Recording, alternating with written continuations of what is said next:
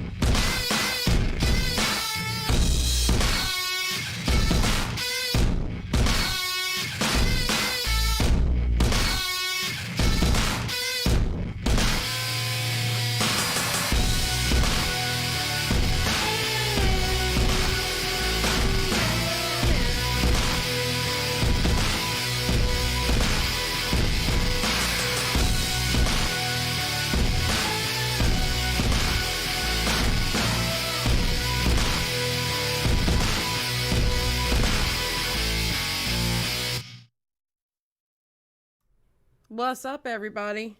My hair's all a mess. How are y'all doing today? How's everybody doing? What is up? Give me a second. I gotta join the Discord. Hold on. I forgot it was on my other screen. Alright. Redski, I hope you're already in there. I told him to join General. Okay, waiting for Redski. Let me message him and let him know I'm in there now.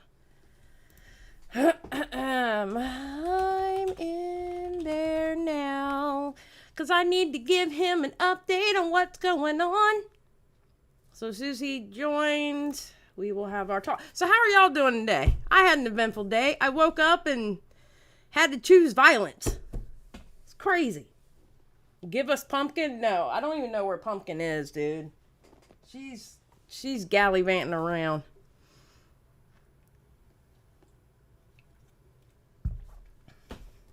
What's up, Toy Bounty Hunters? How is everyone doing? I know Red's always on his game. Redski, if you do not join, you just messaged me and asked me if I was joining. Sir, Redski, where you at? Hold on.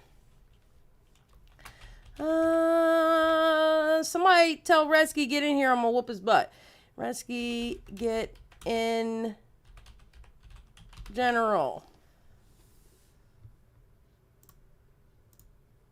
I told him to get in there. Oh my God. Okay. Abigail with the 5. Can't wait for this live. Thank you.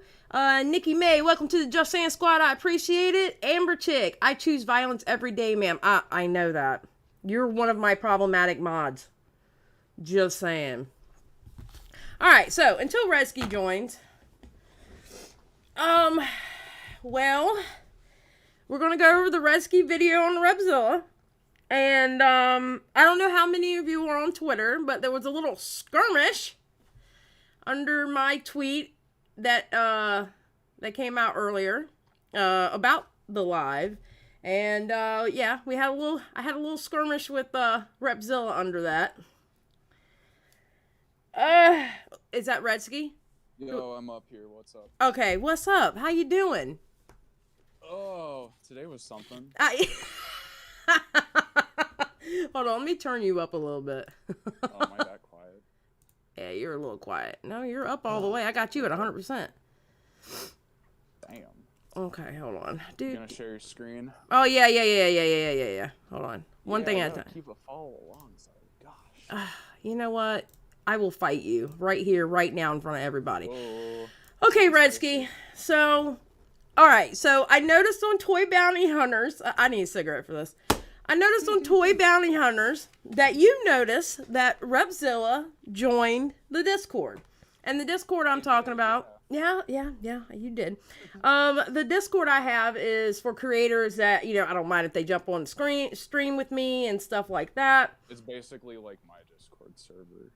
Yeah, pretty much. Yeah. Except for we have an ESO section in yours. Talk about that.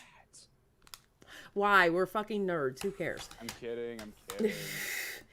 So, I shot, and believe me, the DMs I'm about to talk about is not serious, so it's not that bad, okay? Because I know how I don't talk about DMs, but I shot after our little skirmish and everything, I shot Repzilla a DM and said, look, I think you and Redski need to talk.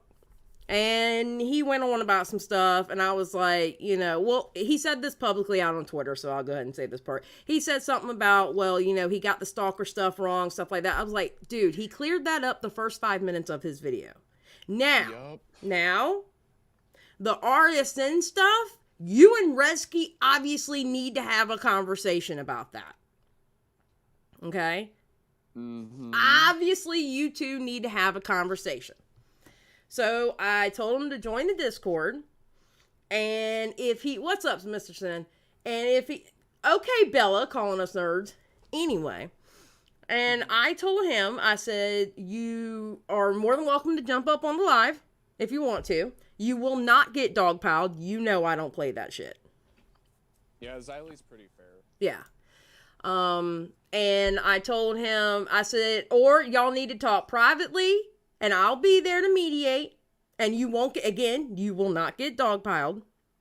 And I said, if we have to, I'll even make a room where just you and him can join it and have this conversation. But either way, basically what I told him, either way, the conversation needs to be had. The offer is open because all this other shit, like the shit that happened on Twitter, that shit needs to stop. Ridiculous. That shit needs to stop. Ridiculous.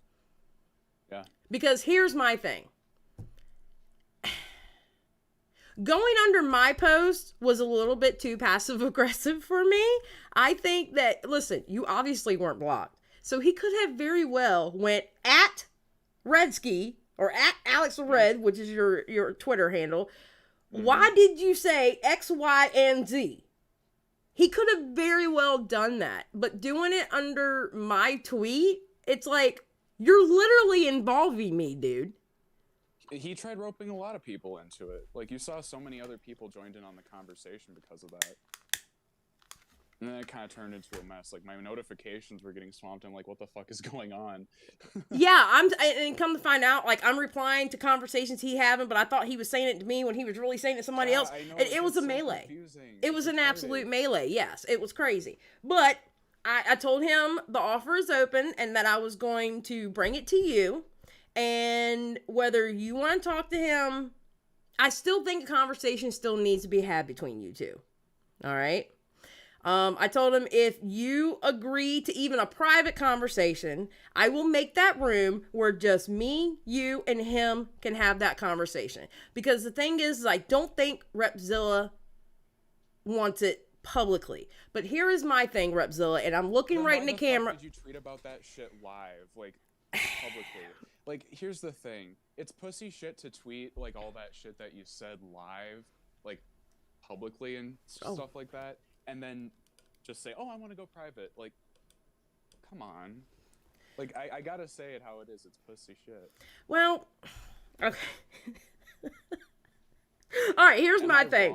No, I was about to say this. Repzilla, if you're watching, all right? This is me and you talking, okay? Let's forget about these people in the chat. Forget about Redski being here. Here's my issue, okay? It's like what Redski said. You literally said all that publicly under my tweet, just promoting a live stream that I'm having. Okay. And quite honestly, my point is, just like I told you in that tweet, you can sit here live tweeting about stuff. You should be able to talk to him about it then. You should be able to jump on here and talk to him about it. Because you were able to derail a simple tweet about a live stream. A simple tweet about a live stream. If you're able to do that, you should be able to come up here and talk to him. Listen, it's still open. You're in the Discord now. Oh, thank you, Nikki May. I appreciate that. You're in the Discord. We're in general talk. At any point in this video, if you want to jump in, you are more than welcome to. Here's the biggest problem. You were talking about the RSM part. The RSM part is like over an hour into the video. It's also like a sliver. Yeah, it's like that. Okay? And then you started talking about the stalker and stuff like that. He cleared that. You said you watched my live stream and your welcome back live stream. You said you watched my live stream. Then you would have heard Redski, because Redski was up here saying that, yeah, we found out that stalker stuff. Okay, he put out more. Yeah, she was a stalker. Absolutely. Welcome to the Just Saying Squad, Miss Anna. I appreciate it. Abigail through 2. Please turn up Redski. I can't turn Redski up more than I already have him turned up. Damn it. Okay, well, I'm as loud as I can be. All right, hold on. Hold on. Let me see if I can fix that. I don't know how I can fix it. Nope. All right, hold on. I don't know, is my phone like acting up or some shit? It might be, because you're actually a little bit louder now. Oh, well, I'm still on my phone. Oh.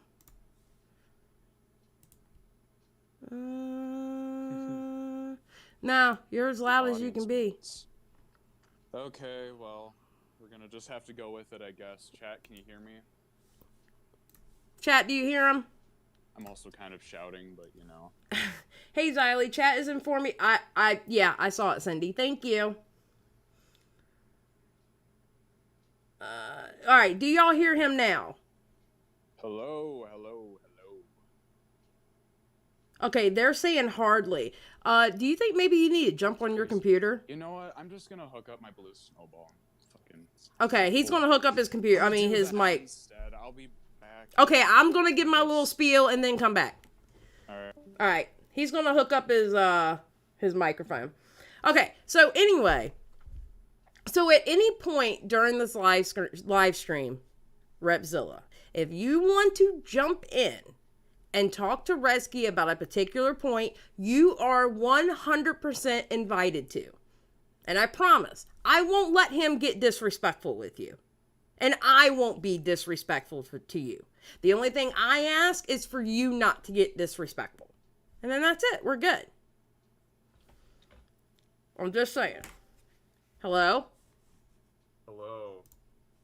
Hello. Can y'all hear him now?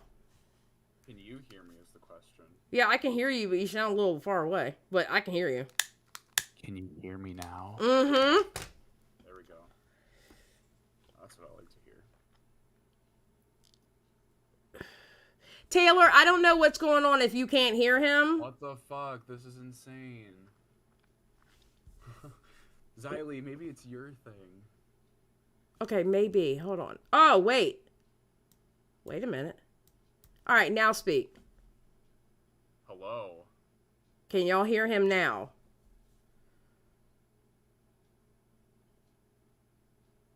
No, I can't. It's just as bad before me. Oh my god.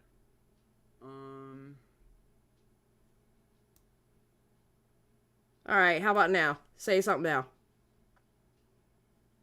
Talk. Yeah, what about now?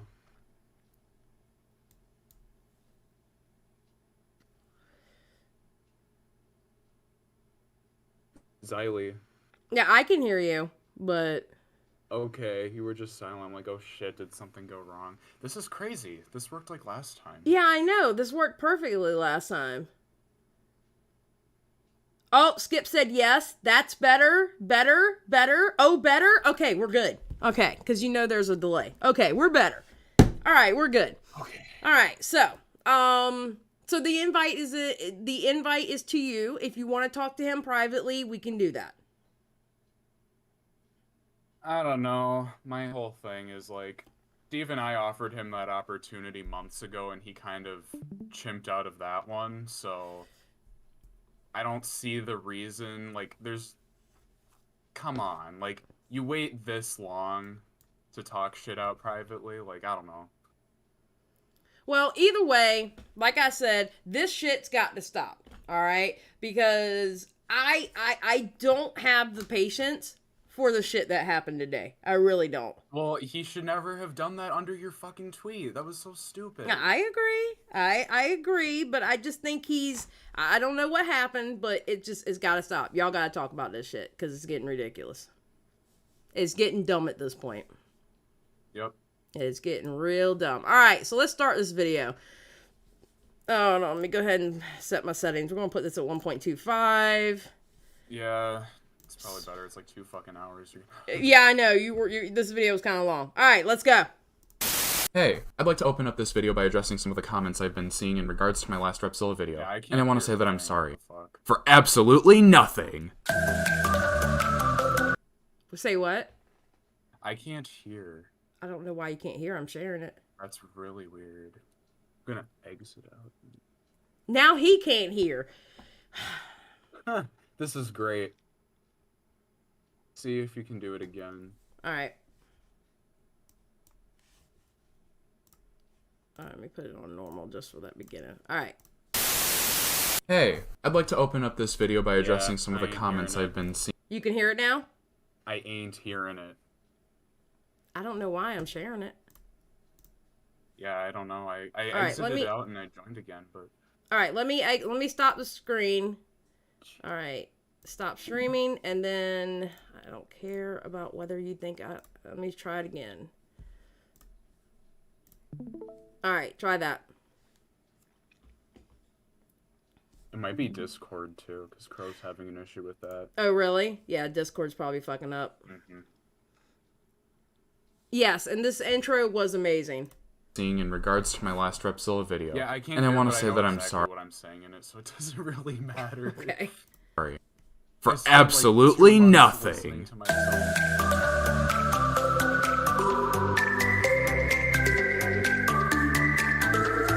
Now, before y'all get your panties in a bundle, yes, I will be addressing the things that Repzilla covered in his opening up video. However, unlike Repzilla, I will actually be addressing and owning up to things I got wrong in my previous video. But I do gotta say... Okay, so we are at 32 seconds, and he's already saying, I'm owning up to things that I got wrong in this video. Yes, Discord has been acting ridiculous lately. 32 seconds in, and he's showing the Stalker and Marcy. Let's go.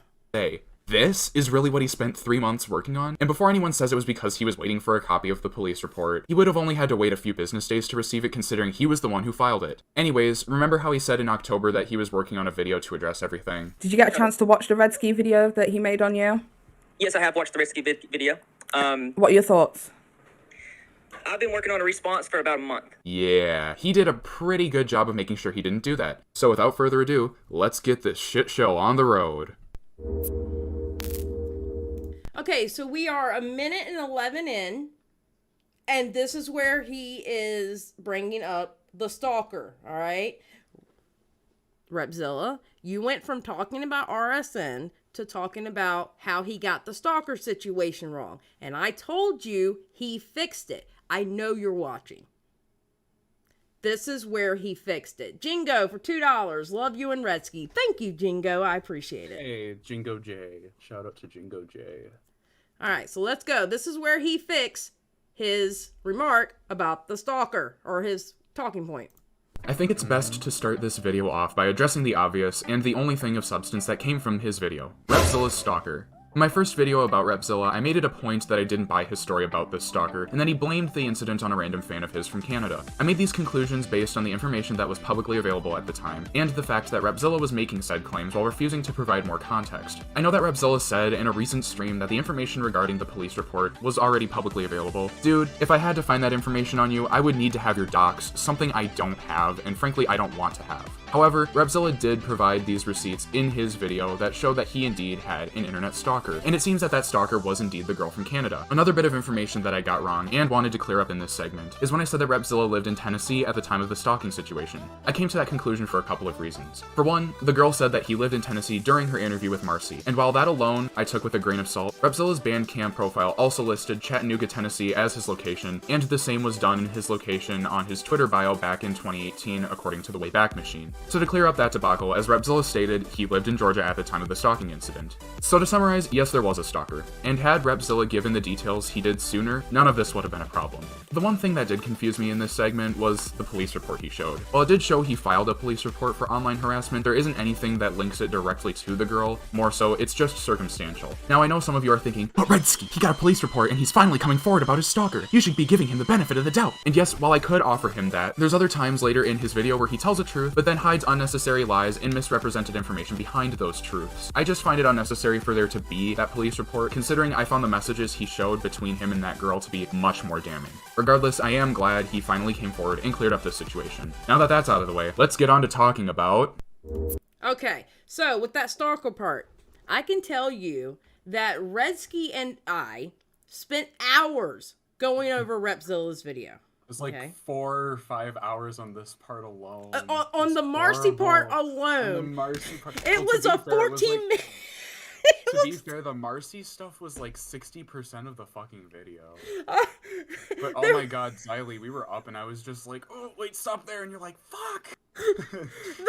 There was one particular segment. It was either segment 3 or 4 or something like that. It's like 11 to 14 minutes long. We literally spent hours. We went searching for tweets that he showed. We went searching for everything. Okay, and y'all saw my response to Marcy. Marcy was in this chat. I wasn't that kind to Marcy. Okay, I think a lot of that anger also came from the fact that we researched him for 4 hours. It was ridiculous. It was absolutely ridiculous. All right, so that was him clearing up about the stalker. We went into that Google Drive that Repzilla provided, and just the messages alone, I was like, oh no, dude. I say that. Yeah. I say that in the video. It's like the messages alone are pretty fucking damning. The messages alone showed that something wasn't right there. I'm just saying. So, boom. All right. So 3 minutes and 26 seconds in, he's already cleared the stalker. Let's talk about Marcy. The fact that Repzilla spends a majority of his video talking about Marcy tells me one thing and one thing only. Repzilla is just as obsessed with Marcy as Marcy is with him. From the information I had when I was making my first video, I was under the impression that Marcy was just a small creator that Repzilla took advantage of and used for ideas, because yes, Repzilla does watch other channels and then regurgitates talk. Okay, I want to say I'm sorry. I love the fat crab. I'm just saying. I know, that was cats. I asked her, I was like, can you make like a mob boss, Mr. Krabs? And she's like, yeah, sure, and that was her result. This is my favorite little icon of yours. This is my favorite one. This is the one, if I ever cover you again, I'm using this. Just saying, I love this one. Be my guest. talking points that are well received before he makes a video on the same topic. I didn't realize that Marcy had a pattern of demanding credit from other creators as well, and to that I have to say, credit isn't due, and nobody owns a topic. There's nothing wrong with borrowing ideas, thumbnails, editing styles, etc. when you're making a YouTube video, it's just common practice. I just found it pointless that Repzilla made it a point to say Marcy accused him of copying, when in the same segment he turned around and said that it was actually Marcy who copied him. Again, this is all just trivial bullshit, and I don't think it added anything new or important. What I noticed with the whole situation between Marcy and Repzilla is that it's very similar to Ethan Klein and Keemstar. To put it bluntly, they're two sides of the same. Holy shit, yes. It is a lot about Ethan Klein and Keemstar. It's just like that, because at one point, neither one of you could shut up about the other one. Honestly. Well, it still seems like it to this day, at least on one side. Oh my god. And I'm not talking about Marcy's. Well, Marcy put a comment under your video talking about, you know, being held to accountable and something. Yeah. Matter of fact, fuck it. I'm just gonna show it. Hold on. Where's Marcy's? I didn't pin it, sorry. Yes, I know. All right, where's Marcy's?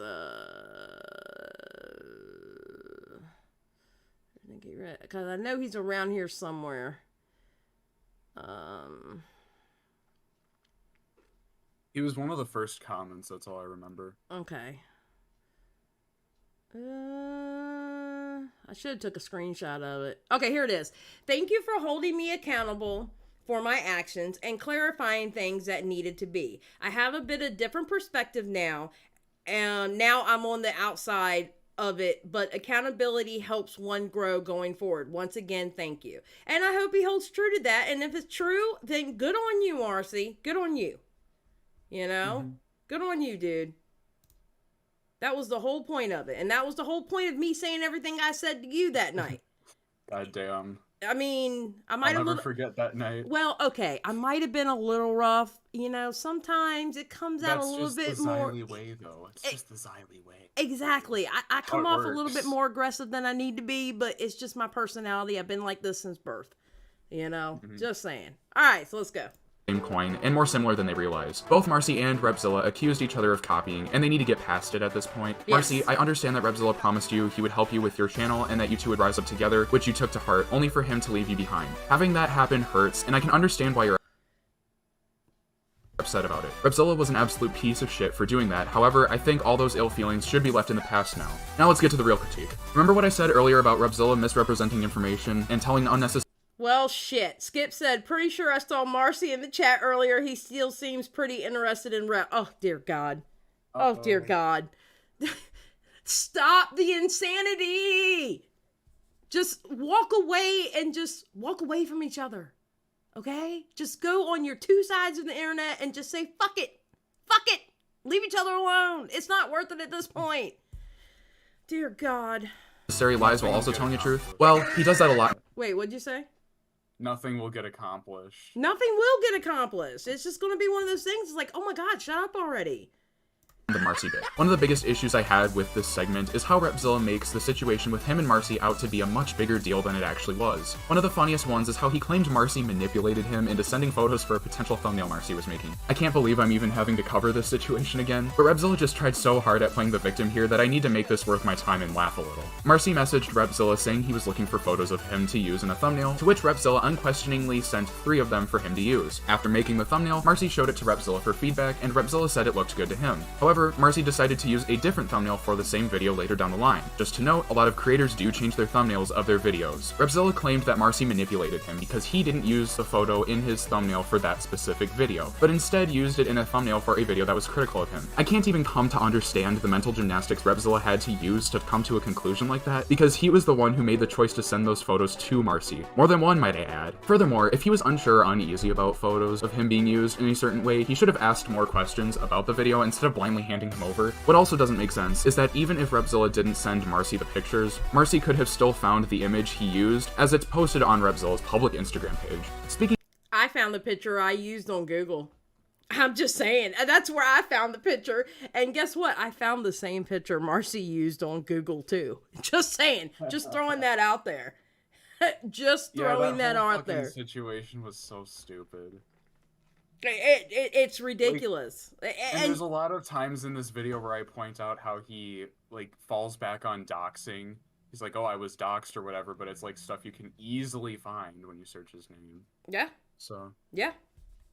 Speaking of public social pages, this is something Repzilla doesn't seem to have a clear understanding of, as he claims Marcy doxes him on more than one occasion. I'm just gonna put it out there now, but I don't trust definitions coming from a guy who read the textbook definition of grooming and then completely redefined it to fit his narrative. Repzilla makes it a point in his video that Marcy doxed his city in one of his older videos because he showed Repzilla's SoundCloud page, where Repzilla lists his city in the description. Newsflash, Repzilla, SoundCloud profiles cannot be private. The only thing that they allow you to private are playlists and soundtracks. Your SoundCloud is public and anyone can find it. You've even tweeted links to it before. Another odd thing is that in his video, Hold on real quick. Amber Tick, it's all good. I answered you on in DMs. It's all good. Repzilla blurs his music name Rep Andrews and plays it off as a dox, which makes no sense considering that was one of the many stage names that he goes by. Besides SoundCloud, he also says Marcy doxed him by sharing his link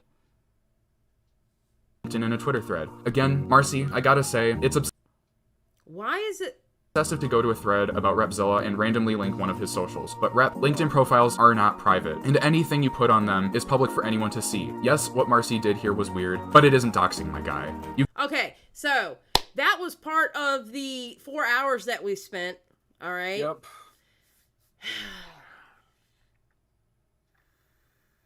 Dude, you can see, I looked up Repzilla's social pages, and the LinkedIn is like one of the first two things that comes up. Yes, and okay, I still make this stance. What Marcy was doing was creepy. There was no point into what he was doing. He was doing it. I said that in the video. Yeah, I know I you said did. It was a little obsessive to just randomly put that. Oh, it was very obsessive. Very obsessive. But that was not a dox. No. Sir. You know, and I understand later on Twitter, he says that he can't get into those accounts anymore, et cetera, et cetera. Okay, I understand that. But that wasn't giving out, like, your personal, like, info and shit like that. It was a public platform. Now, should Marcy have done that? No, Marcy shouldn't have done that. He was being creepy. And he knew how Repzilla was going to feel about someone giving any kind of information on him. Okay, so he did it with like maliciousness to it, but it wasn't a dox. I commented about the music. Just thought I'd check out the stream as I am also mentioned in the video. It's not fair to assume me being here, being part of it. Marcy, don't start. Don't start. I gave you props, Marcy. I gave you props. Don't start. You go by Rep Andrews on LinkedIn and describe it as Repzilla LLC. In your video, you blur the words Repzilla, linked, Rep Andrews, LinkedIn, and Rep Has. I'm not really sure what you were trying to accomplish here, because all these words were unnecessarily excluded to make it seem like there was actual private information being spread. I also love how he blurs the word LinkedIn to try and hide where the link goes, but you can literally see at the bottom where the link. He literally made it look worse than what it actually was by doing this. And he didn't only do it here. It's a manipulation tactic that I take issue with, because it's like, if you're coming clean to your audience and to the public in general, you don't go to lengths to make things look worse than they actually are. Like, Exactly. That's really fucked up. Takes you. Another thing that Repzilla doesn't make sense of is the situation where a video of Marcy's got removed. Repzilla took credit for anything you're saying if you can't come clean. Wait, say that again? It just also strikes the question. It's like, why should I buy anything you're saying in this video if you're being dishonest like this? Yeah, I get it. All right, starting again. its removal both privately and publicly, which is an odd flex if you ask me. Seems like something Jaden would do. Anyways, after standing by and accepting responsibility for the video removal, Repzilla backtracked this in his video and says that he lied about it to scare Marcy to try and intimidate him to leave him alone. Rep, why this claim that you lied doesn't add up is that this didn't scare Marcy into silence, it emboldened him to go after you further. Flexing the removal publicly also puts on the perception that a larger creator is going after a smaller creator, which is bad optics for your nice guy persona. This act of making it known that you took the video down was also included in Primink's video against you. Repzilla also says in the lolcow section of the video that he lied to Marcy about having connections to the mod team at lolcow. But why lie about something so trivial? It's funny seeing him fight the video removal thing as much as he did, because if we are to believe him taking the video down to be true, then he's willing to abuse the flagging system to get videos removed. On the other hand, if we are to believe what he is saying in this video, then he acknowledges that he's a known liar. So he kind of proved my point for me. Speaking of the lolcow thing, there's some inconsistencies there too. Repzilla insisted that he is a very private person, which is a bit contradictory considering he's the one who has tons of public profiles that he considers doxes. The only time he gets describing a dox situation right is when he mentions his dox being posted in a lolcow thread. However, even when he's being honest about that, he goes the extra mile to make things seem worse than they were. The screenshot Repzilla shows in his video does have his actual name blurred, but then he goes and blurs more words, which were just other stage names. Repzilla claims the other names were also his legal name, which is absolute horse shit. The other names he blurred were Repzilla, a nickname given to him by some of his detractors, which I can actually understand why he blurred this one. Rep Andrews, a public alias that he goes by, as I've said earlier, and Hello Today, which is the name of his band, which is already showed when he's talking about. Alright, let me go back to that. Alright? That he goes by, as I've said earlier, and Hello Today, which. Okay.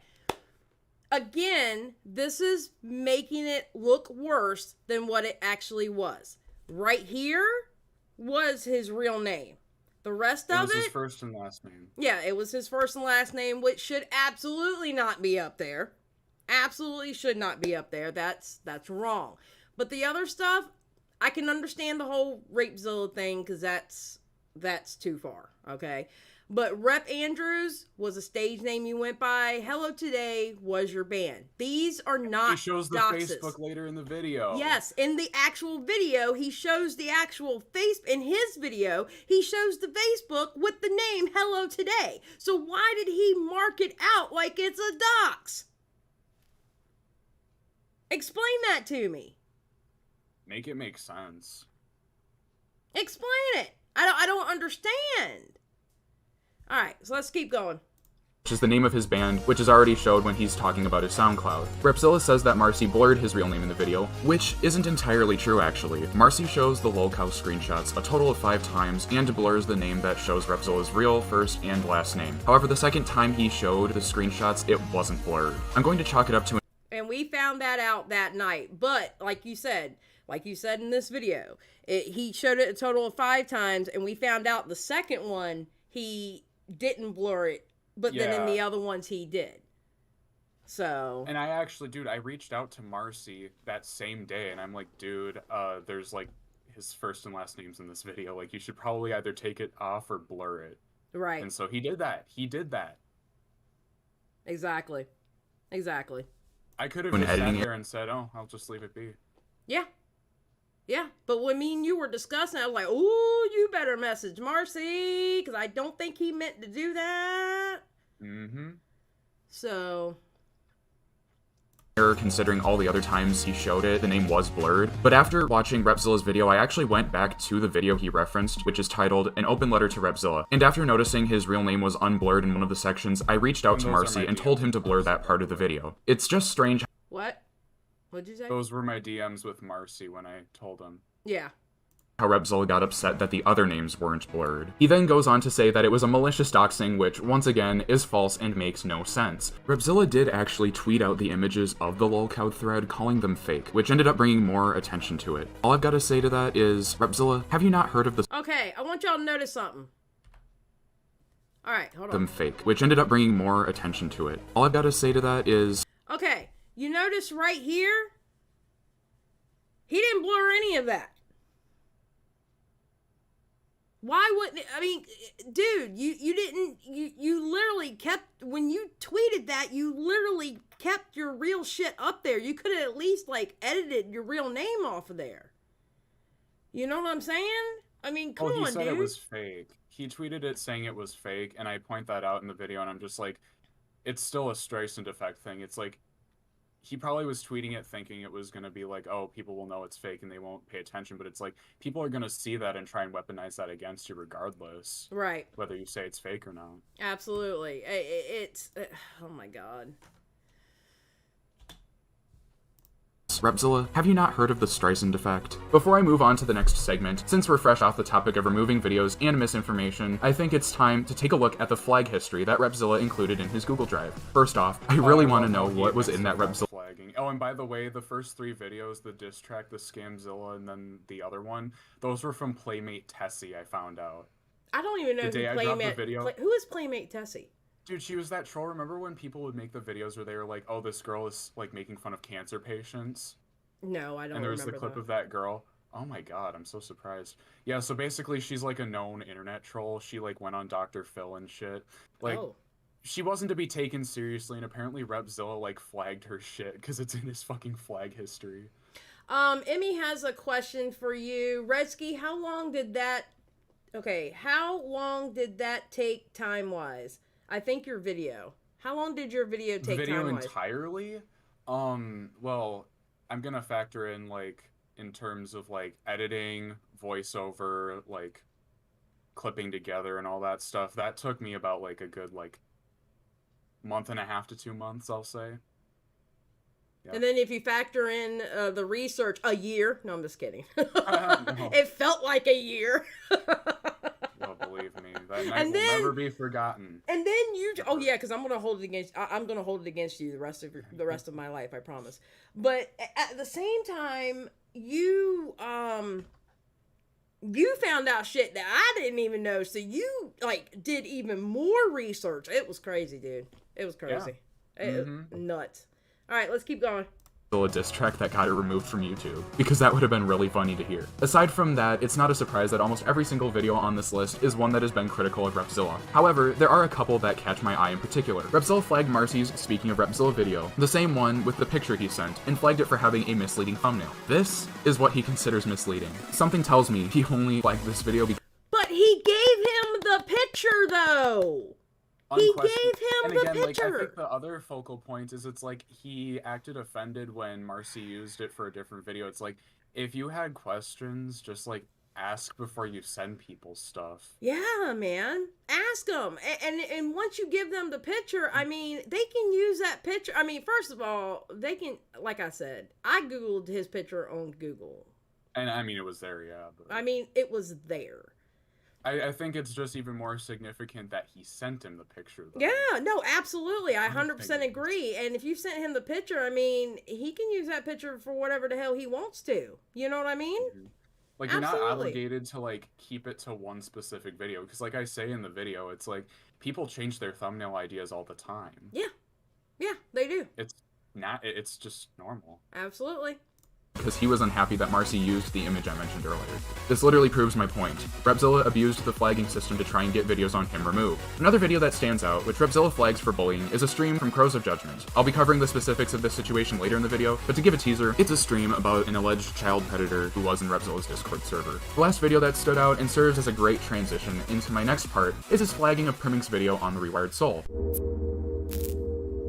Repzilla mentions how he and Chris were never actually friends, and while I guess that's true, his actions suggested otherwise. Besides flagging Primink's video on Chris, Repzilla made 2 videos in defense of him, which he promptly took down prior to releasing his opening up video. The Rewired Soul was also a main reason Repzilla inserted himself into the conflict Chris had with Leafy Greens. Because he had already done videos regarding Chris, Repzilla got involved with Leafy Greens due to his audience asking if he would. There's little to nothing of value added to his Leafy Greens bit, as he spends the entire time twisting the story, making himself out to be the innocent, confused guy who didn't know what to do. He even criticized her for removing comments from her videos, something he himself does quite often, which I will get into later in the video as well. I understand that Leaf did lash out and make conflicting statements on whether she wanted the DMs between her and Repzilla to be released or not, but there are factors that need to be considered for context. For one, Leaf was not in a good state at the time this was all going down, as she had mental issues paired with unstable hormones due to her pregnancy. The biggest factor to consider is that this is a situation that Repzilla could have avoided, but he made the decision to not only involve himself, but actively entertain the drama between him and Leaf. In his video, Repzilla completely absolves himself of any responsibility. He blamed his audience for convincing him to get involved. He blamed Leaf for confusing him and getting him panicked. And he blamed Primink for twisting a narrative to take him down. You see, guys, it's never Repzilla's fault, right?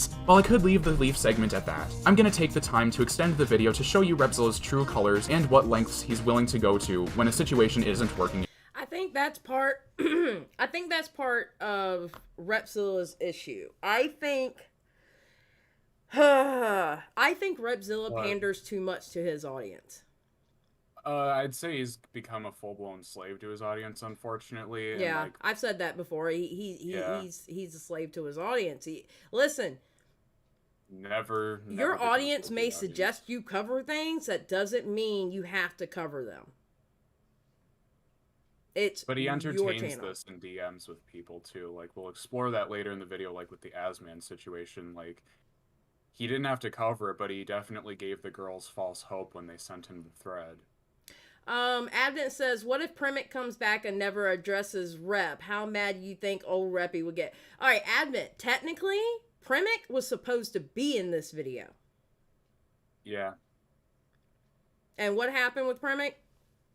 He, his PC broke down, so, like, when I contacted him, he was in the middle of ordering a new PC.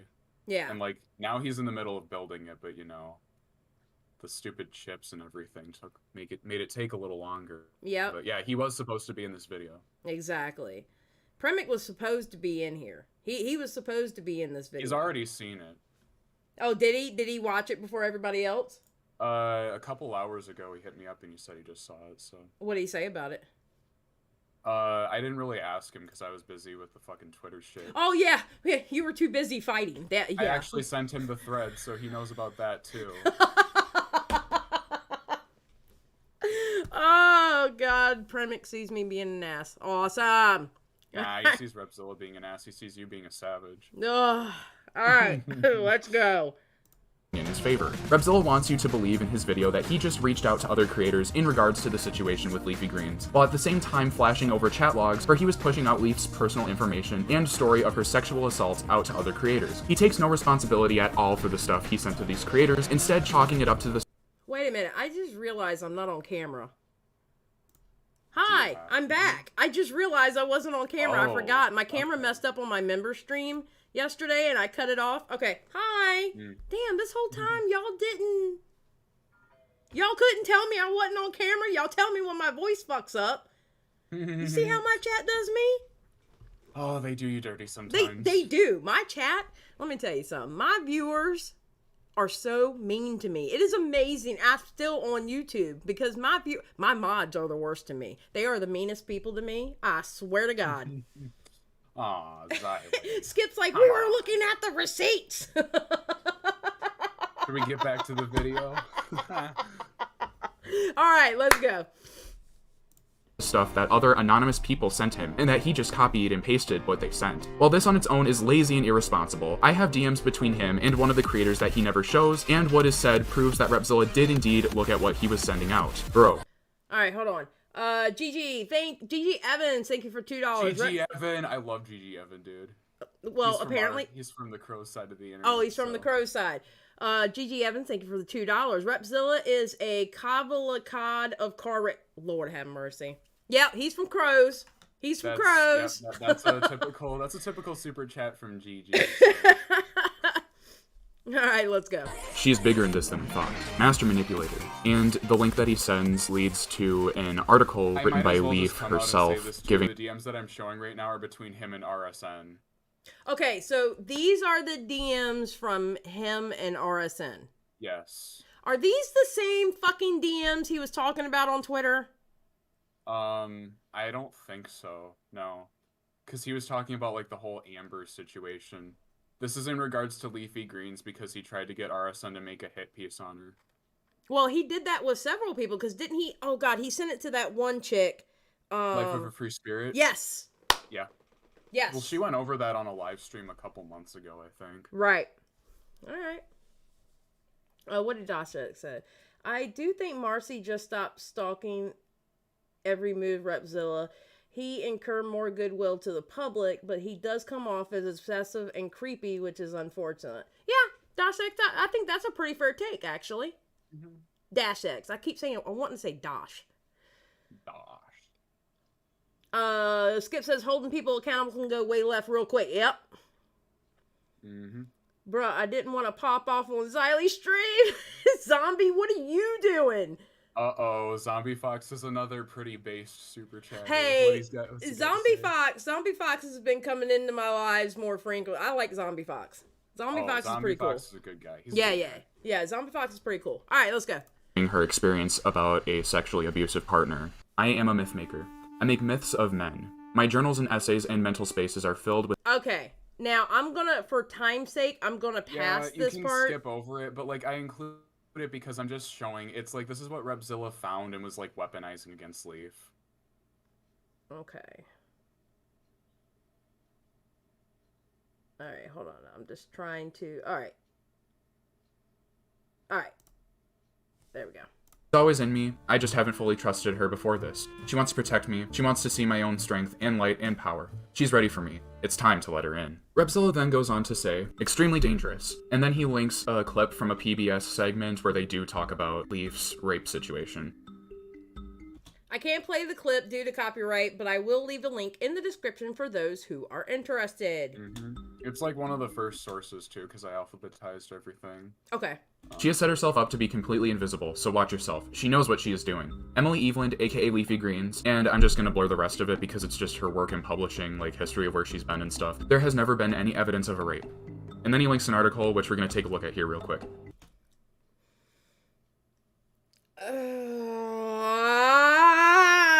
Because I know what he says about this publication place or this fucking website afterwards, and oh my god.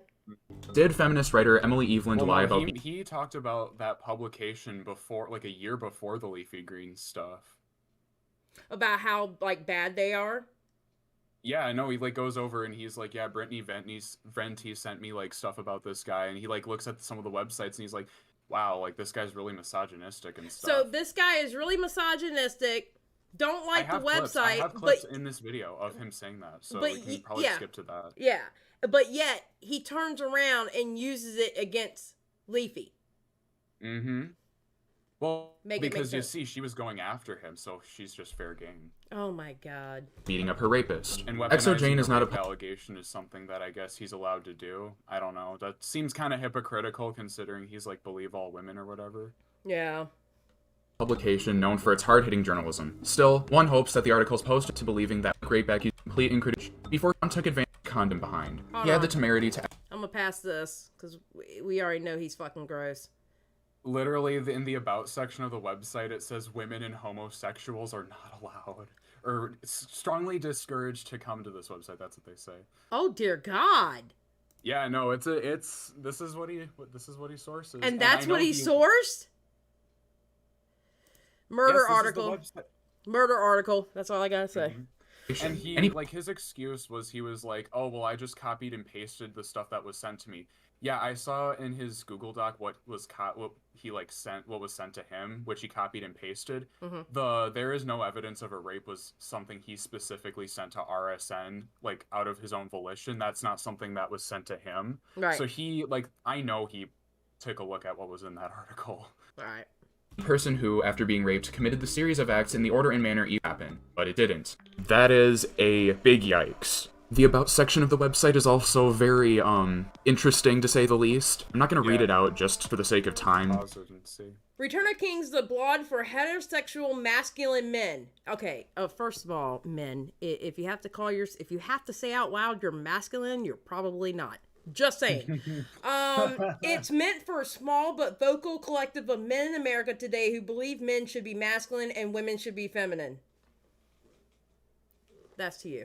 Yeah, I just love it. Sadly, yesterday's masculinity is today's misogyny. Okay, we don't have to read anymore because we know they're full of shit. Well, you should read the bottom. It says women and homosexuals are strongly discouraged from commenting here. Oh, dear God. Women and homosexuals are strongly discouraged from commenting here. All right, so we're going to switch the Keemstar around. Baby carrots in the chat for the person who owns this shit because it's probably small PP energy. Just saying. Small PP energy. Baby carrots in the chat. We're changing Keemstar's little emoji. Small baby carrots in the chat for this God blessed website. Just saying. But if you want to read what's there, I have it here on the screen, so if you want to pause the video. Check out the website. I think I have it linked. If not, I'll link it. But... Yeah, you probably do. And take a look, now's the time. Anyway, back to the messages. If you do a video on her, please leave me out of it. What makes this situation even more messed up is that the owner of the website that Repzilla forwarded is a guy named Roosh, who Repzilla covered in a video a year prior to the Leafy Greens situation, where he identifies Roosh's misogynistic beliefs and acknowledges them as problematic. Roosh is actually very involved in the RSD, and I actually found an article, and if you put Roosh RSD in Google, you can find so many just horrible things. But yet his shit was good enough to go against Leafy Greens. But yet his shit was good enough. His shit was good enough for you to talk shit about Leafy Greens in the DMs. Sir, no sir. No sir, we are not doing that today. We are not doing that today. No, sir. Hell no. You can talk shit about him on your platform, but you're going to turn around and use that goddamn website against someone else?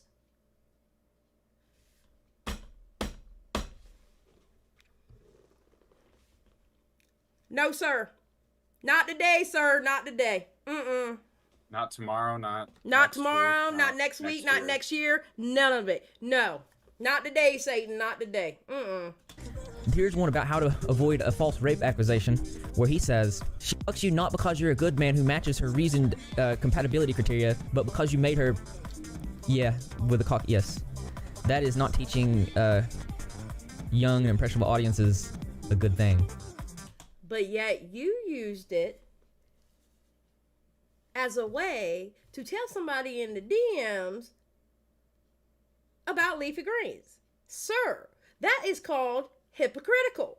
Because if you know about that website, you think that website is bullshit, I wouldn't be referencing that website unless I am getting on that website about some bullshit they were spewing. The fuck? Yes, that aged like milk. I stopped it at the perfect spot. Mm-hmm. Yet, for whatever reason, he sent creators a website that Roosh published, something you can easily see when you go there, and treated as if what was said on there was fact. Repzilla had no problem sending the article to other people in order to try and get some kind of own on Leaf to prove that he was the real victim. Further messages show that it wasn't just a one-time contact with creators where he asked for a video. He continued afterwards to hound them on whether they would make a video or a stream on her or not. What Repzilla did was obsessive, it was disgusting, it went against everything he brands himself to be as a creator. Dude, that's dirty backdoor dealings. It is. No, it's gay ops.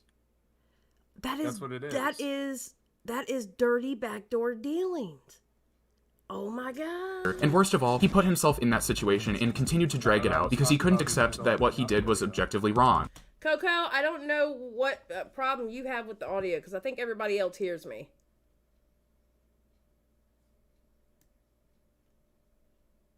I don't know what... I don't know. Are they having trouble with my audio or like the video audio? It says, am I tripping? Where is the audio? Yeah, Well, no, I know think that we're I good. don't have the audio just because. Yeah, I think Discord's being dumb, yeah. Alright. Okay, cool. Oh, damn, wrong button. Alright, let's go. He brought up Leaf's past of allegedly being assaulted and tried to weaponize it against her when that was never related to the issues she had with him in the first place. That is why Leaf never issued an apology to you, Repzilla. The fact that you have the audacity to get on YouTube and complain about not getting an apology 2 years after this situation went down because it felt unfair that you didn't get one is narcissistic and borderline sociopathic. So get off your ass and move on. You're the only person who's still hung up on this bullshit, and it's fucking pathetic.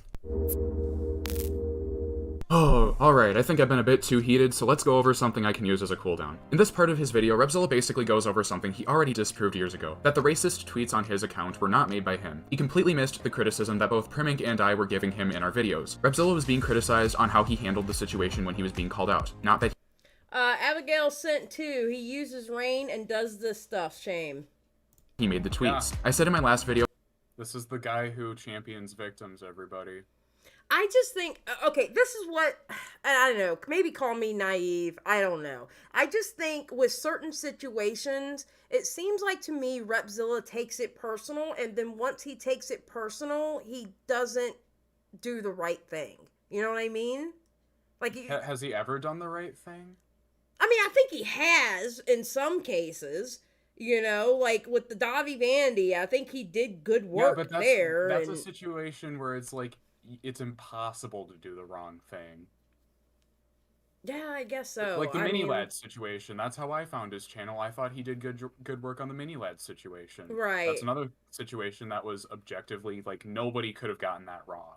But it just Like, what Mini seems Lad like did was fucked up. it just seems like to me like the Leafy Greens situation. He didn't even have to be in that situation. The No, only I reason agree. He was, yeah. I agree with you. He didn't even have to be in that situation, but No, he and was.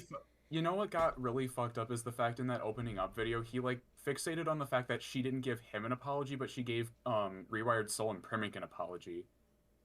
And it's like, you did all this to her when you didn't even need to get involved in the first place. Like, that's why she didn't apologize to you. Right. And it's fucking disgusting for him to like go on a video like 3 years later and complain about not getting an apology. Yeah, no, I 100% agree. Like it's all about him. It's always about him. Even today on Twitter, I saw in the thread he was like, he should have reached out to me in DMs to get information. It's like, okay, like, but that's not how it works.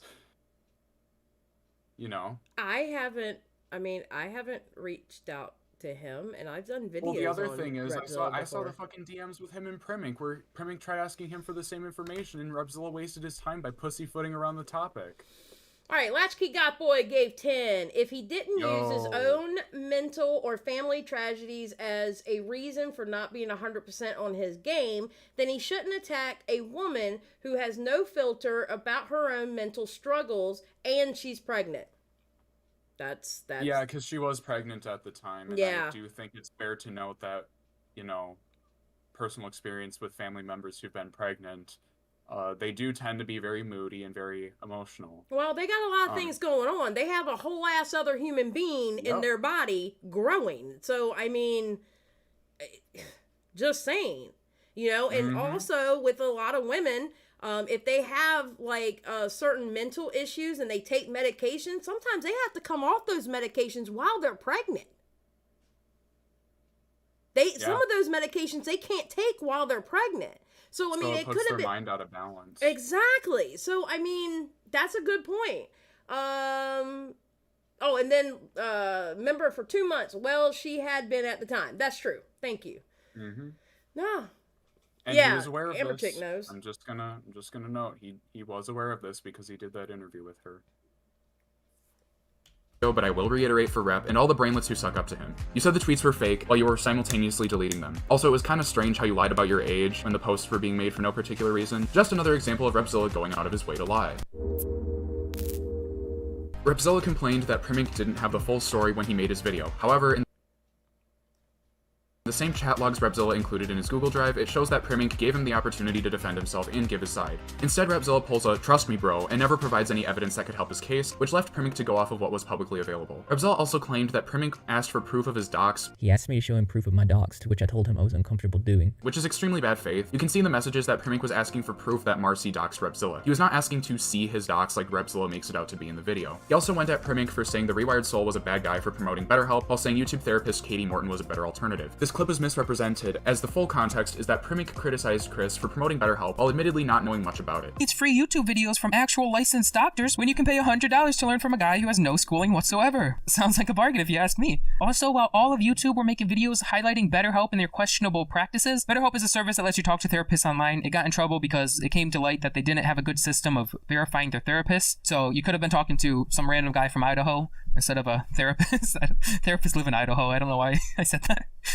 Anyways, Chris actively promoted and still to this day promotes their services to all of his fans. Life lesson: if you ever even have an inclination that something you're promoting is a scam or bad for your fans, you drop that sponsor instantly. You don't make 3 videos defending them, and in the defense video, you don't tell everyone, hey, I've never even used the service before, but I know it's pretty good. Like, oh, full disclosure, I don't use it.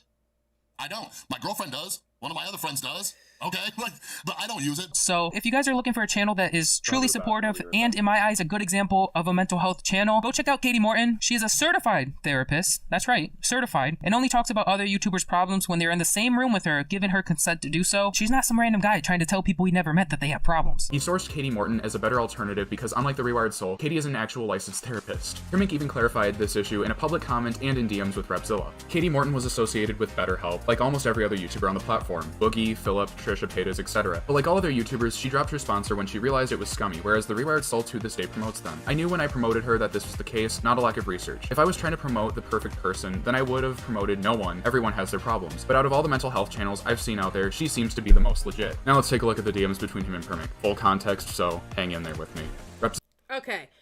Zombie Fox through 5. Repzilla, I deserve an apology for how you represent people from Georgia. Even as a southern furry, I'm not like this. Come on, dude. Zombie Fox. Thank you for the 5. Zombie Fox, I That's it. I'm done. I'm uninstalling YouTube. I'm uninstalling everything off my computer. I am done with every single one of y'all. I'm done. I'm uninstalling everything. All right? I'm uninstalling everything. Zombie Fox done killed me. I'm done. After the day I've had today, and I had to read that out loud. I am done. Oh my God. He goes, even as a Southern furry, I'm not like this. Come on, dude. Bye, Crew World. I'm done with y'all. All right, let's get in these Primic DMs. Now, I am going to say this. Oh, I've been known furries existed, Amber Chick. I just thought it was funny as hell he said that. Oh, Lord have mercy. I will say this. In these DMs, I don't know how Primic did it. I'm going to be honest. Are you still there, Redski? Oh, shit. Redski, are you still there? Oh, he's muted. Okay. Redski, you're muted just in case. All right, he probably ran off or something, or talking to somebody or something. All right. I'm going to tell y'all this, and I mean this with my whole chest. All right? I wouldn't have been this calm in the DMs. I really wouldn't have. There is no way. Primic had the patience of a patron saint in these DMs. Hell yeah, everybody's welcome here. Damn right. Zombie Fox like, bruh. He had the patience of a patron saint when he, What I miss? Oh, okay. We're getting ready to go into Primic's,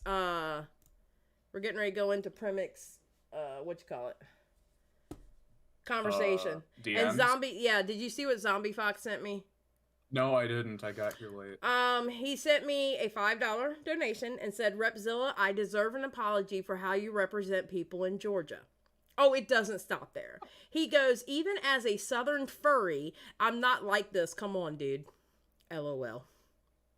Yeah, well, Repzilla is something else. He's Came more fucked up than that, Zombie Fox. We ain't seen nothing yet. Demon King Drago, $2. Come on, conservative Fox W. Oh my God, I'm done. Y'all are killing me tonight. Let's go. Zilla, I'll be straightforward, brother. You messed up on your video about the Rewired Soul. You should probably apologize for misinformation or something another. This is advice. When I first started on YouTube, I made several mistakes of lacking research, but learned from it, and thank goodness I made my mistakes when I only had a few hundred subs. I think you grew too fast and didn't get to learn this experience. Katie Morton does still promote BetterHelp, and is extremely business savvy and knows what she's doing. I've done extensive research on her. Good luck. Priming. I know Katie Morton was at once affiliated with BetterHelp. I didn't realize it was deeper than that because she was just a channel I was shouting out that I heard good things from, not someone I was full-fledged looking into. If the only critic is about Katie Morton, the person the video isn't even about, then the video is fine. I'm certainly not apologizing. In the last day, I've received dozens of messages from people in the community. Messages of him only asking about views and money. Him knowingly putting out videos without the full research, him using people, etc., etc. I don't know if you're friends with Chris,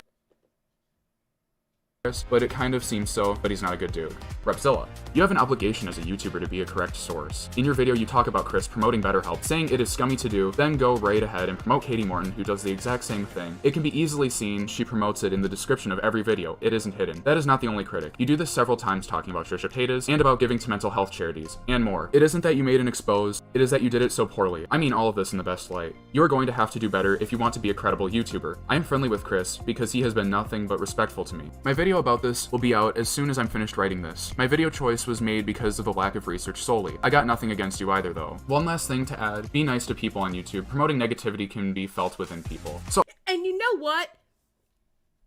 Be nice to people on Twitter too. I'm just saying. If you got a problem with somebody, go directly to them. Or you know what? Do what the rest of it. He went directly to Primic. Well, he did go directly to Primic. He decided to rope you into it. Well, see, that's what I'm saying. Listen, be like the rest of us. Throw a shady tweet out there. Believe me, they'll know it's about them. I promise you. They'll know it's about... Throw a shady-ass tweet. Or, at so-and-so, you done fucked up. I hate your fucking video. You were wrong about this, this, and this. Go fuck off. Nah, he'd rather just go in people's replies and grandstand about Ukraine on his timeline. I mean, Makes my him look like a nicer God, guy. dude. Makes him look like a nicer guy because he needs to keep up that persona. So already, I'm... Anyway. Be nice. Be nice. Damn it. Remember, I'm mean cop. You're a good cop. All right? Shit. I'm good cop. You're good cop. I'm good cop until someone pisses me off. I'm just gonna say this. You can tell Repzilla's bringing up points that can easily be applying to him that he's criticizing Primink for doing. This is something with Repzilla that particularly bugs me. He's giving out this harsh criticism to Primink in these messages, but when people give him that same criticism back, he freaks out and throws a little bitch fit. It's so frustrating. And keep in mind, this is just the first screenshot. Repzilla. Oh, and I openly disagree with BetterHelp, by the way. Show me these screenshots of what other creators have shown. I'm interested. And Primink just sends a screenshot of a message he got from a random creator regarding the rewired soul. I'm not going to read it out, but you can pause the screen and read it if you want. Repzilla, what YouTuber was this? And Primink just sends another screenshot of another message regarding Rewired Soul. I'm not giving out names. There's a few more, but some of these people are still quote-unquote friends with him, and I don't want to put them. Repzilla, it's difficult to make the accusation then, really. I just want to know if he is actively doing this. Are these larger creators? Primink, I'm not going to throw these people under the bus. A few larger creators and a few medium-sized in the mental health genre. Repzilla, I don't think this conversation is throwing them under the bus. I would never use this in a video. Primink, also, this whole I wasn't gonna make a video on Primink but now I am is complete BS. He messaged a friend of mine right after about how he's gonna respond. His whole positive vibes facade is disgusting. You've already defended him twice, so sorry, I don't really feel like outing these people, but they are there. Repzilla, you really shouldn't use such negative words.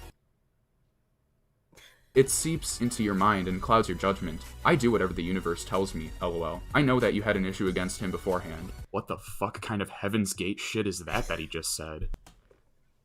Why did you have to throw in Heaven's Gate shit? Why? Why, Redski? Why? Oh my God, I couldn't help myself. Primink, my judgment isn't clouded. He's a scum. And you're right, Skip. I can't tell a grown-ass man how to Twitter. You are correct. I do agree. I must say something about what you just said. I agree. I can't. It's just, I'm not telling him how to Twitter. I'm merely suggesting. I am not telling anybody what to do with their Twitter, because I'm not going to tell other people what to do with their platforms of any kind, because it is yours. I'm just merely suggesting. Because I'm all about peace and harmony, okay? Peace and love. Just without the H3 part, but peace and love. God damn it. Scummy guy. Repzilla. People aren't scummy. They're unaware. I think Primink, I disagree. Repzilla, how's that working for you? Primink, pretty good. Saying, oh, he can say it. And then when you're like, well, why don't you go to him if you have issues and have questions? And he's like, no, why didn't he come to me? It's like, oh my God, dude, shut the fuck up. Redski, I hate your southern accent. It's the best you're gonna get, dude. That's what you're gonna get from a northerner like me. I hate your southern accent so much. Like, I literally want to punch you in the face every time you do your southern accent. I hate it. I hate it. Oh my God. I love that you hate it. I know you do. That's why you throw it on me, you ass. All right, let's go. The only people disagreeing with me are you, Chris, and that other guy with the dead channel. Repzilla. You mean Roberto? Chris needs to work on pieces of his content. So do I, as do you. You need to always have an open mind to these things. Doing things to spite because you feel it's your duty to snuff out evil will only hold you back on YouTube. You need to be more patient and relaxed. You could accomplish a lot more by befriending Chris to help him become better rather than close yourself off to growth. Primink. I don't do things to spite people. If I see someone doing something scummy, I speak about it. By the way, Redski, Skip says she's gonna come under all your threads and tweets. So you better watch out. Oh boy, what for? Well, she can get pretty nasty, so just watch out. She's coming for you on Twitter. Just let you know. What did I do, Skip? What did I do to you? Skip, no. I don't care if it's hurting my career. I'm not a fence sitter that's trying to please everyone. I speak my opinions, and I certainly am not going to befriend someone for growth. Repzilla. Okay, we're only going under these until we get to a part to where that really pissed me off, and then we're skipping this whole part. You do understand that everyone looks at the world. Specifically pissed you off? I'm excited. Yeah, there was one that it's like, dude, you know what? I think it was at the end, to be honest. When he says that you grew too fast. Yeah, he was just like, you grew too fast. Like, dude, what the fuck is wrong with you? I don't even know where that was. Oh, I thought it was at the beginning. I don't know. Completely different than you. What is scummy to you is amazing to another. So it isn't very much right for you to force content onto people. Each person has their own unique perspective. Like, Unifying this is the people rather real than separating. Repzilla. Like, behind the scenes, this is what he's like. Well, Petty Page on her Twitter, on her Twitch, when she was going over your videos, she said pretty much the same thing. That, Really? Yeah.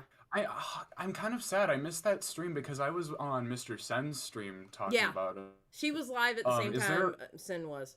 Is there a VOD somewhere that I can I like to show her some support? I don't know. You'll have to go check out our Twitch. If you don't have her Twitch, I'll give you the I think link. I can find it. If you don't have it, I can give you the link to her Twitch. And I think you have to be a subscriber, because you know subscribers are different over there, right? Yeah, I think you have to be a subscriber to see the VOD. I'm not 100% sure, though. So, yeah. No harm. Them will make a bigger impact. You mean like the time you unified a whole community against Eugenia Cooney? Amen. Permick. If people don't agree with my rationality, then they dislike the video or comment their opinion. It's not forced on them. I think we just have two different mindsets going on here. I'm not changing my thoughts because it's not a popular opinion. Repzilla. I think you have a set mindset too prideful to change. I accept any and everything. I have my thoughts and choose to focus on compassion because I understand that everything is evolving at a different rate. Not everyone knows what you know, and to be unaware of that fact is ignorant, and if you're not careful, your ego will hurt you.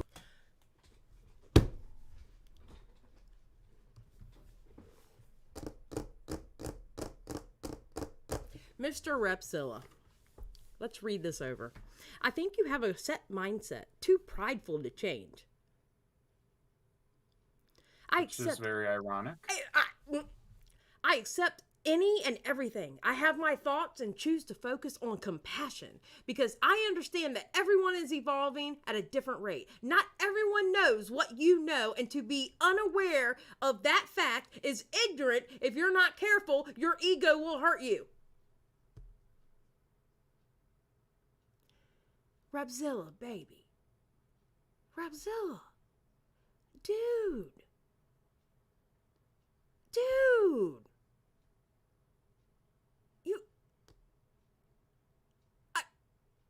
I don't know what to say. Oh, Gigi Evans threw too. Repzilla needs to wear his... I am so... What'd he say? He said Repzilla needs to wear his seatbelt more often. Lord have mercy. Lord have mercy. Christ. I am done.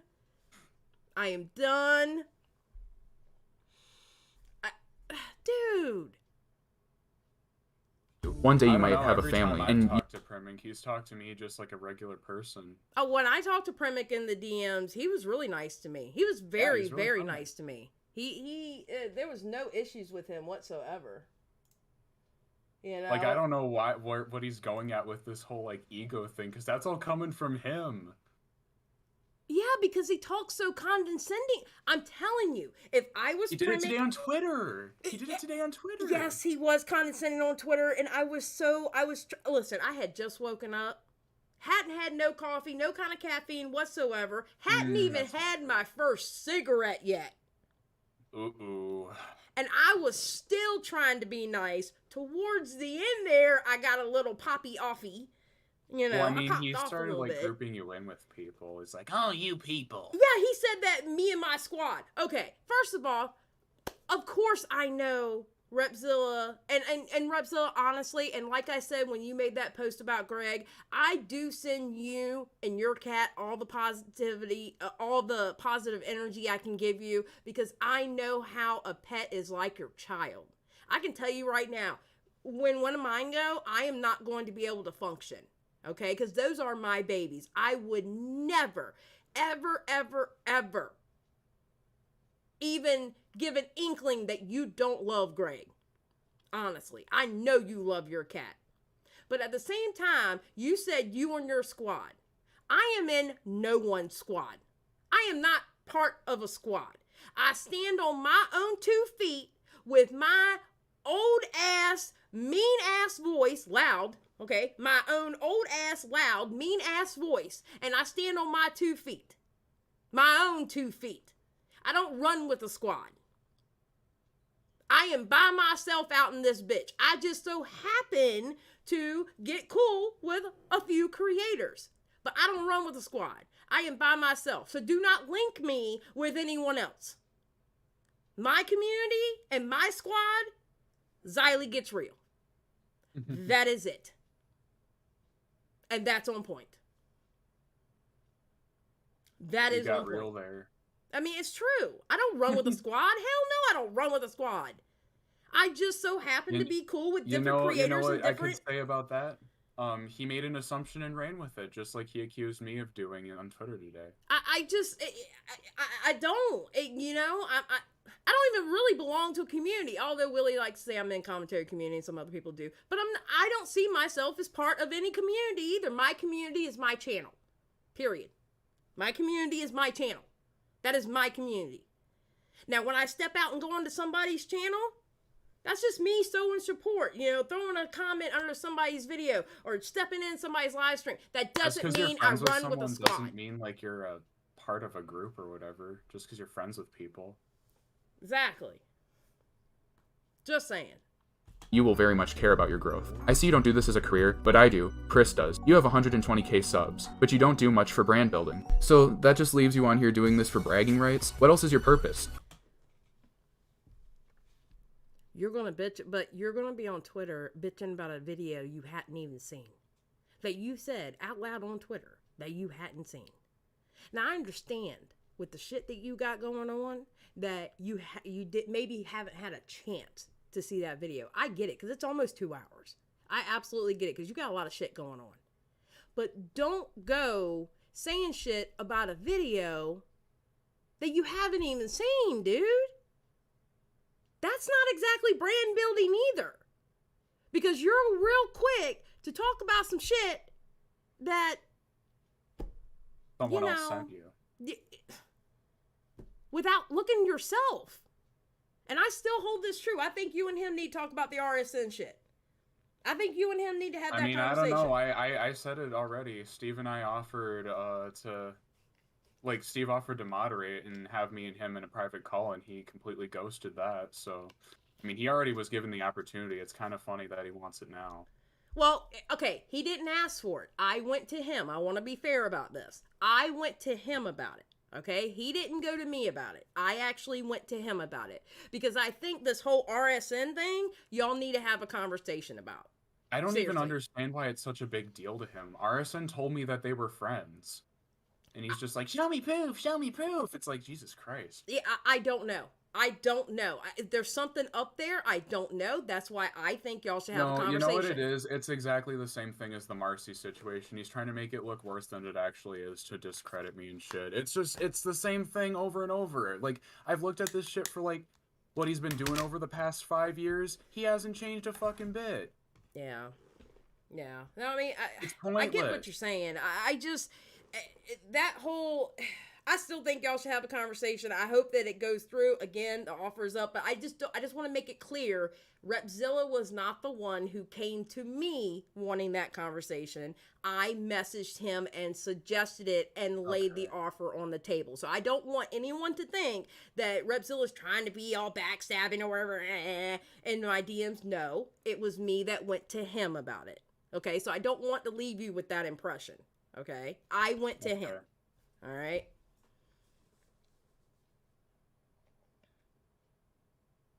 I'm very curious. Trimming. My purpose is it's a hobby. The snakes in the community is insane, and I'm lucky to have found a great group of people who are all genuine. People using other people for growth is sick in my opinion. I build real friendships on YouTube. I don't use people as a ladder. Repzilla. So you do it for fun. The less aware people are, the more inclined they are to be a snake. Through compassion and not perpetuating negativity, we can change them. It's hard sometimes, but the video you did on Chris caused Chris to make a video and caused me to make a video, dividing thousands of people. Crazy when you think about it, forcing people to choose a side, when in another life you could have united audiences and built to be a bigger, better platform. A true inspiration. That takes great understanding and great power.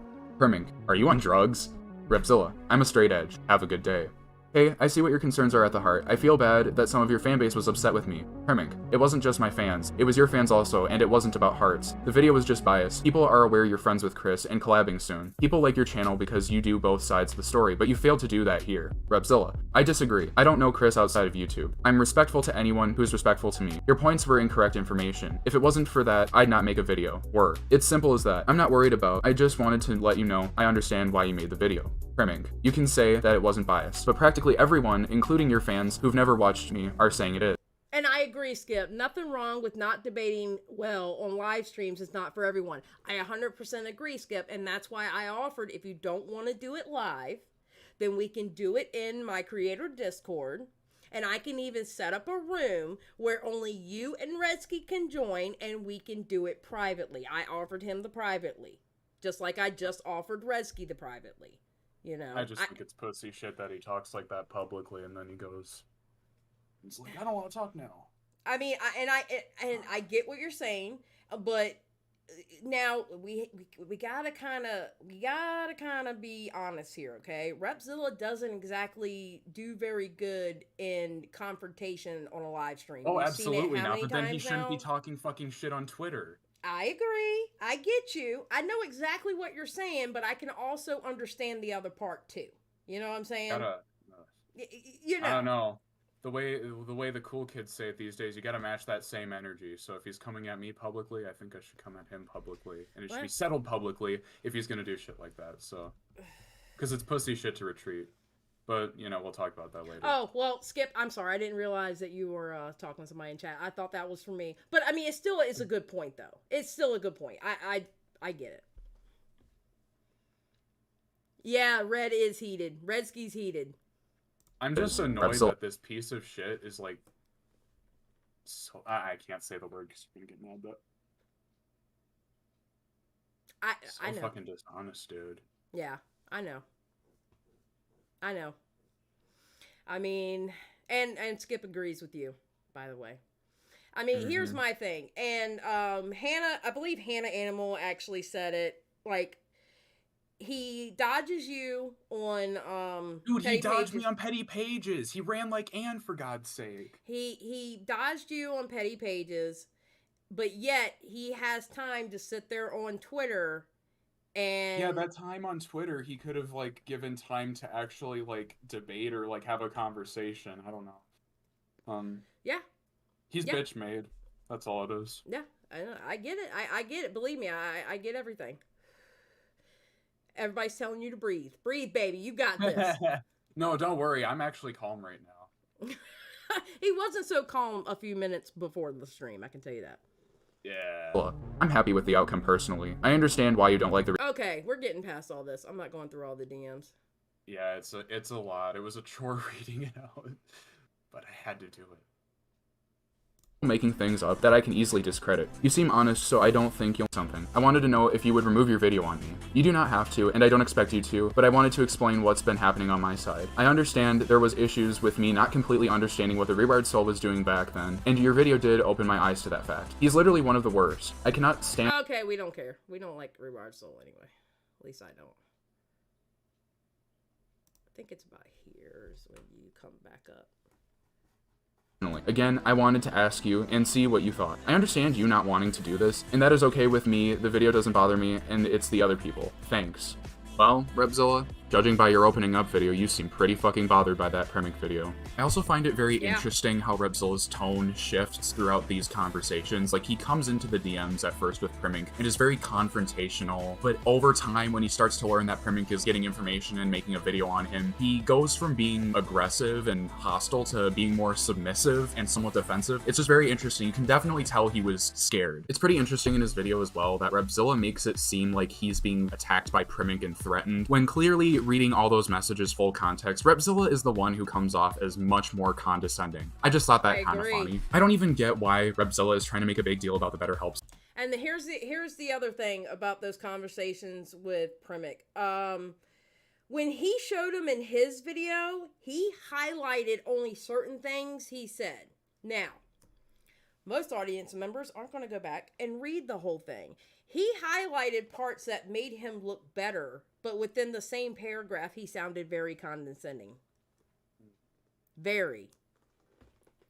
You still there, bro? Yep. Okay. All right. Stuff because the situation wasn't as big of a deal as other creators like himself were making it out to be. BetterHelp, like any other product or service that the public can use, had bad customer reviews, and that's pretty much it. I know that Keemstar had an issue with Philip DeFranco covering them and getting sponsored by them. That's why the whole situation kind of blew out of proportion to begin with. Since then, they have improved their services and their verifications. So for Repzilla to try and get a gotcha on Primink by showing Katie Morton links for BetterHelp in her 2021 videos is kind of pointless. On the whole bit where Repzilla covered a story about a suicide that was faked, it pretty much seems like a non-issue. From what I've seen, his audience trolled him by sending him the story without full context, and he fell for it. Honestly, I don't really care about that situation. The one noteworthy part is that Repzilla was accused of doxing the family of the person who faked the suicide, and his rebuttal to that is to claim that it wasn't doxing because the information he used in his video was already public. By that logic he gives in this situation, his LinkedIn and SoundCloud couldn't be his dox. Hello? Hello? Message? Because those were also public. Before we move on, I also want to mention how funny it is that he considered the Hello Today band name and profile to be a dox, but later in the video he shows their Facebook page. Yep. From this point onward in his video, Repzilla essentially takes situations where he received criticism, and instead of addressing his faults, he approaches it as people not understanding, or he's providing more context. This is why the video is specifically made for his audience, because they're the only ones who would buy into this bit. Since Repzilla completely missed the mark on this, let's have a look at that segment I had in my previous video. To make matters worse, he made a video about Keemstar's new girlfriend, in which he calls her a 20-year-old child in the title. He later changed it when he got backlash, but his excuse was that he was, quote, sleepy. And when Keemstar found out and simply laughed at how dishonest the title was, Repzilla Okay, this whole part is stupid. Alright, I'm skipping the whole Keemstar part. And this is the reason why I'm skipping the whole Keemstar part. Repzilla, you just clickbaited the title. That's all you did, dude. No, there's a part in there. I play it from his video, because he made a response video, and he's literally complaining. He's like, Keemstar doesn't know the context, and he was like freaking out. It was fucking hilarious, dude. Okay, hold on. With the caption, 20-year-old child screaming. Video clip. Keemstar made a tweet directing thousands of people. You talking about the directing thousands of people? Okay. Yes. All right. complaining about the harassment that was sent his way. Keemstar made a tweet directing thousands of people in my direction without giving any context or even watching the video himself. It was a pretty wild day. This video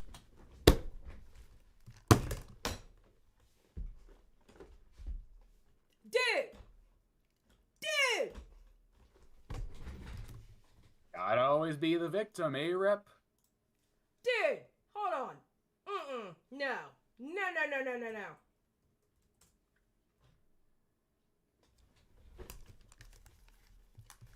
Then by that logic, what did you do on Twitter today? You have 190,000, by your logic, because the way I look at it, you are no different than me. I don't give a shit how many thousands of subscribers you have, okay? That is, to me, I'm not complaining about that, because I'm not throwing this complaint. But by your logic, out of your fucking mouth, you have 190,000 subscribers, and I have, what, not even 3,500.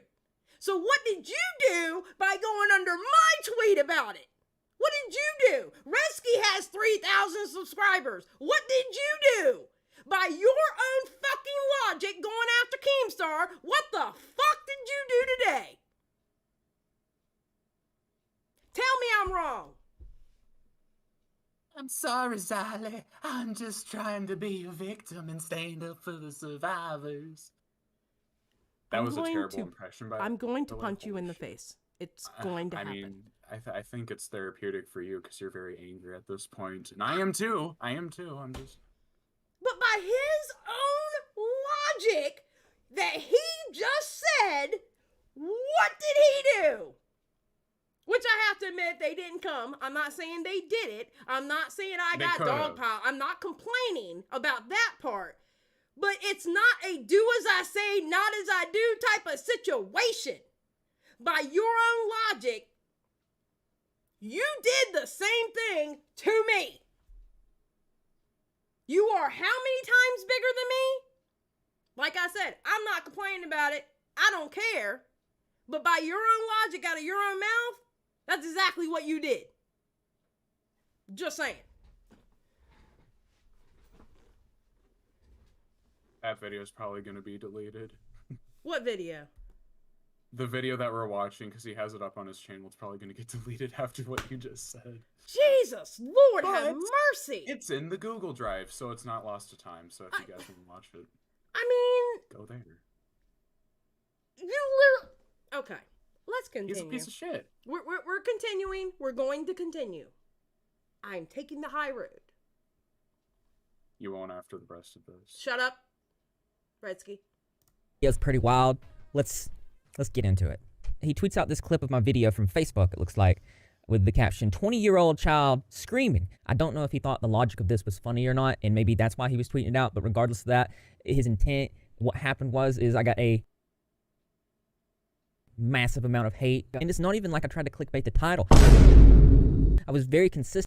You absolutely clickbaited the title, which people do that all the time on YouTube. See, this is what he does. He like... It's a clickbait. I mean, I've done a clickbait before. It's practice. It's common practice. It's like, common what the practice. Fuck is wrong with you? No, I'm different. I do it for the survivors. I do it for the cause. Oh. Shut the fuck up, pussy. Redski, I swear to God. It was a clickbait title, dude. Okay, we can skip this part now because I just No.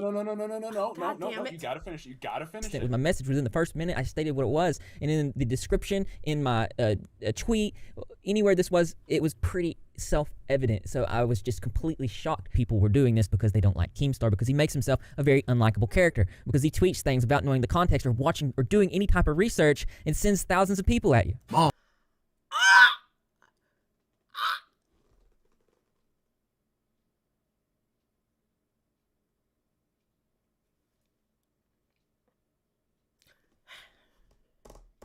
Are you still alive, Xylie?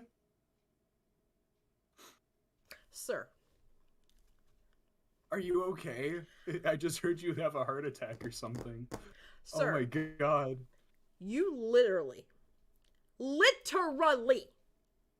all capital letters, underline, italic, and bold, went under my tweet about a video you hadn't watched. And yet, you're in this video talking about how Keemstar, one, was a bigger crazy than you and shouldn't have did what he did, but didn't watch your video!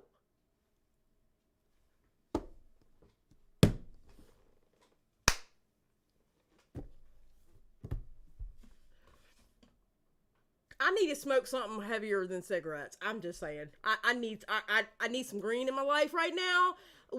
Where am I even? Where am I? Where am I? You literally just... I spent an hour arguing with you over a video you didn't watch, and you literally said that about Keemstar? He lacks all self-awareness. I've been saying it. I've been saying it for a while. Oh my god. Oh my god. We're gonna keep going. All right? We're gonna keep going. All right? We're gonna push through this shit. So hopefully I will not have a heart attack by the end of this bullshit that I'm watching right now. I can't guarantee that. Say Redski? Oh, cope. See. Or as Tipster would say, No, you have it's to not hear that the deep. rest of it. All Keem was He doing... just, complains. It's hilarious. He's just like, Keemstar's an harassment towards me. God. Fucking bitch. Dear God. I don't even believe in you, God, but I need your hand right now. Repzilla proves that God doesn't exist. Shut up, Redski! That's how far gone we've gone in this world. Oh my god! Alright, let's go. Doing was laughing at you, and you decided to make yourself even more of a victim, claiming he was sending harassment your way. You even shifted the blame onto Boblax because it was his idea for saying 20-year-old child, not mine. Remember guys, he's the mighty Repzilla who can do no wrong. It's always everyone else's fault. Lord Repzilla's Jesus. version of the Gabby Hanna situation This can is easily be important. summed It up shows at... how he manipulated the clips. So. Oh yeah, no, this one's really good. This one's really good. Extremely manipulative what he did. It is. This one's really good. This part's really good. Woman, quit threatening your guests. I'm not. Listen, I'm over here having a fucking fit because listen. Let me tell you something. If you okay? saw what he did on Twitter today, you'd understand why. I just woke up from a slumber. Okay, y'all know my sleep pattern fucking sucks. All right, I had just woke up, opened up my phone and my Twitter. I hadn't had a cigarette. I've had no caffeine in my system. I gotta cook dinner because I woke up at the time I need to cook dinner. And I'm over here trying to stir fucking pasta and meat and sauce and shit like that while I'm sitting here arguing with somebody over Twitter. And then to turn around and hear him say the shit about Keemstar when he just did the same shit to me. I'm just saying. I'm not violent, Behemoth. I'm not violent. I'm cool, calm, and collective right now. Okay? I'm just making a point. This isn't mad Xylie. This is passionate Xylie. Y'all don't want to see mad Xylie. Mad Xylie is a little bit crazier than the shit that's going on right now. I just think it's funny, the fucking audacity of calling out Keemstar for the same shit you just did to me today. Mm-hmm. The audacity. I'm just saying.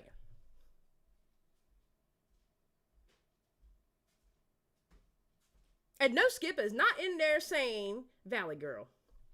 Yes, T3 podcast. I was stirring up pasta and meat, so I was trying to make my husband a good dinner while having no caffeine, no cigarettes, and fighting with motherfuckers on Twitter when all I wanted to do was fucking promote a video. What did you walk into? Me having a fucking fit. That's what you walked into. Congratulations. And Redski just keeps egging it on. I'm just saying. All right, let's get this part. This part's good. I guess I'll take full responsibility because, I'm just saying, he's a piece of shit and he needs to be held accountable for that shit. God damn it, Redski. I love you and hate you at the same time. I swear to God, dude. Same. Jingo J, $2. Bloodsport, Xylie win. Man, nobody will ever get in blood sports with me. I'd like to see that. Zombie Fox Survive says Xylie is losing her mind while Redski is provoking her. This is great, making my day even more better. Get a drink after this, dude. I don't even drink, and I just might. I could use a drink after this. I don't even drink alcohol anymore. I'm not against it or anything, or recovering alcoholic, where I really shouldn't. But I just, after this stream, I might crack it open. Anywho, let's continue. I made a mistake about Gabby Hanna with Bianca Devins because I was swept up in a false narrative by other creators. Dude, I'm gonna keep it real with you. It would have been more effective and beneficial for you to just say, yeah, I misreported, so what? I don't care because I hate Gabby. That way you would have actually been honest to your audience. The one bit I really want to go over in this section is how he excludes the bit in his Gabby Hanna's apology video, where he criticizes Bianca's mother for forgiving Gabby. Let's take a look and compare the clip he used in his recent video versus the original. Many people pointed out that this was just her playing the victim and that they didn't believe that this was... side by side on Premiere. You said it was killing your computer when you did this? Yes.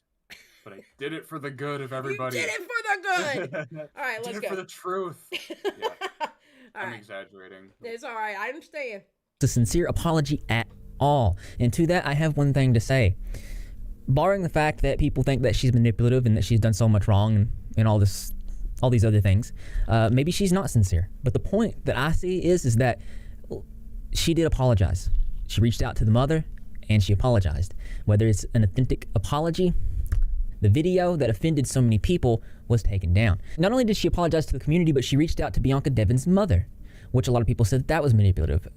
Bianca Devins' mother did forgive her. She said, it's okay, it's fine. She responded, hi, thank you for reaching out. I didn't take as much offense to your video as Bianca's friends did. Oftentimes young kids get offended. Okay, so this is the part that he he stopped at, cut out, and then it jumps back in. We'll see in a second. Yes. Doctor the MBO through $4.99 saying, I jumped into this late as hell, LMAO, but I wanted to say hi to Redski. I love your voice, dude. Please consider doing other narrative content. Actually, I'll spoil a little bit. I am working on some voiceover stuff for something. See? There you go. Thanks for stopping by. That's very sweet. Thank you. Thank you for the $4.99, Doctor. We appreciate it.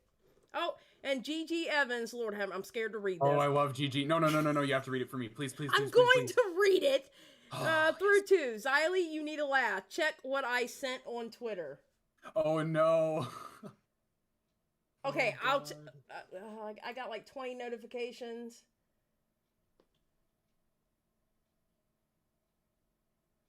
Oh my god. You are such... I am so done with you. All right, GG Evans, I'm done with you. That's it. You're making me quit. You're making me uninstall. Just saying. What did he say? He threw, which I can't watch right now, but he threw a video. It says rip to a turtle. Oh, it's the video of the turtle that gets hit by the car. Yeah, oh my god. It's not an actual turtle, it's it looks like a puppet type of thing. Yeah, it's a puppet. Thank you, GG Evans. I appreciate it. All right, let's go. And make a big deal out of things when it's not necessary. I appreciate your apology and the fact that you reached out to me personally. And then I told her, thank you for understanding. I would never meant any harm. I wish I would have acted sooner. I didn't know how. And then I said I was considering making a public apology, but only once I spoke to her and only if she felt okay with it. I'm perfectly okay leaving it be if you're more comfortable with that. She said it's up to you. Sometimes letting it settle down is better, but if you want to be public about it, you can. I really wasn't offended by the video. And I said I agree with that when it's just drama, but I think people are actually hurt by what this turned into. So this is one topic I'd be comfortable not just letting go. Would you mind if I mentioned I spoke to you, etc., etc.? She said absolutely. Like I said, it didn't offend me. You can tell people I said that. Here's my thoughts on that. So Bianca Devon's mother probably doesn't know who Gabby Hanna is. Probably doesn't know a thing about the dramas that she's been involved in the past. So basically the stranger hops in the DMs and says, hey, I'm extremely sorry. I did this thing. It was unintentional. I didn't mean to. Well, of course, Bianca Devon's mother is going to be like, oh, well, that's okay. Because how many people do you think that are just going to be mean in that situation? Think about it. How many people do you think? What's up, tipster? Oh, you just missed me having a fit. Oh, did he just join? He just joined. He missed that whole fit that I just had. he missed like probably the best part of the stream. He missed that whole entire fit that I just had. The audacity. What's up, tipster? All right, let's keep going. Think are gonna like get all up in arms in a given situation like that with no context about a person or who they are. I put it in another way is like person A says to person B, hey, I did this thing, it was unintentional, I didn't mean to do it, I'm sorry. You're gonna be hard pressed to find a person that's gonna be like, oh, you didn't mean to do that? Well, I don't accept your apology, I hate you. You're like, it's human nature to forgive, and that's what we're seeing here. I was afraid that if I talked about it or addressed it, that it would call more attention to. All good, dude. All good. I'm sure somebody clipped it somewhere of me having my fit. Oh, it'll be clipped. I'm sure somebody's clipping it. I'm pretty sure. Rightfully so. It would have called more attention to it, then more people were going to talk about it, and then it would create this media frenzy around this tragedy. I felt like by addressing it that the likelihood of her family and friends seeing it would be much, much higher. Well, this is another thing that people found manipulative, and I can agree with this part. Like I said, the whole point is that whether she isn't authentic or not, the apology is good enough for me. Now, we can sit there and we can slam her character all day long and say that she did this, she did that, that's wrong. I mean, that's an easy thing to do with a public figure like Gabby Hanna alone. Of course she waited. Most people... You see what he did there? You see how he clipped it. Now watch what he says here. He was very that slimy. Do something wrong. He was what? He was very slimy. He absolutely. Like, tried to transition him. Now watch what he says in the part that in the original clip after that, because he's cut it off right there. Oh, Lashkey got boy through 10. This is my favorite part. Someone telling a mother who lost their child that she doesn't know better about being offended when she knew her kid was a Gabby fan. There you go. Ever say something if no one says anything about what they did. For example, when we did our video talking about this situation, she didn't say anything right away until it got big enough to where she had to make an apology about it. Repzilla, you did the exact same thing during the Eugenia Cooney situation. Absolutely. Her saying that she waited and before she said anything, I fully believe the reason that she waited was because she was wanting to bide her time and see if this was going to blow up as big as it did. There's going to be a close up in this segment as well, just so. Say what? There's what?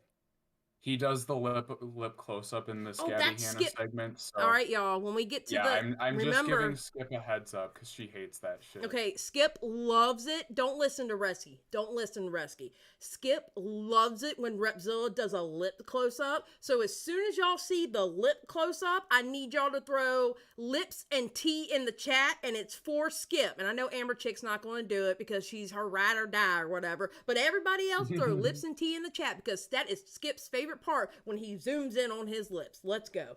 Part cuts off from the 6-minute 22-second mark and transitions to the very end bit of the original video at 14 minutes and 13 seconds. I'm not going to play an additional 8 minutes of the rest of his video, but throughout that 8 minutes, he goes on to drag her character and nitpick. The same thing he's criticizing other people in the same video for doing. These channels, these commentary channels, these drama channels, lips and T in the chat, they people. highlight what people do bad in hopes that things will get better. Well, some do. Most do. I want to believe most do. There are some channels out there that just perpetuate drama because it's good views. And if that's what you're doing with the Gabby Hanna issue, don't do that. Quit doing that. Leaving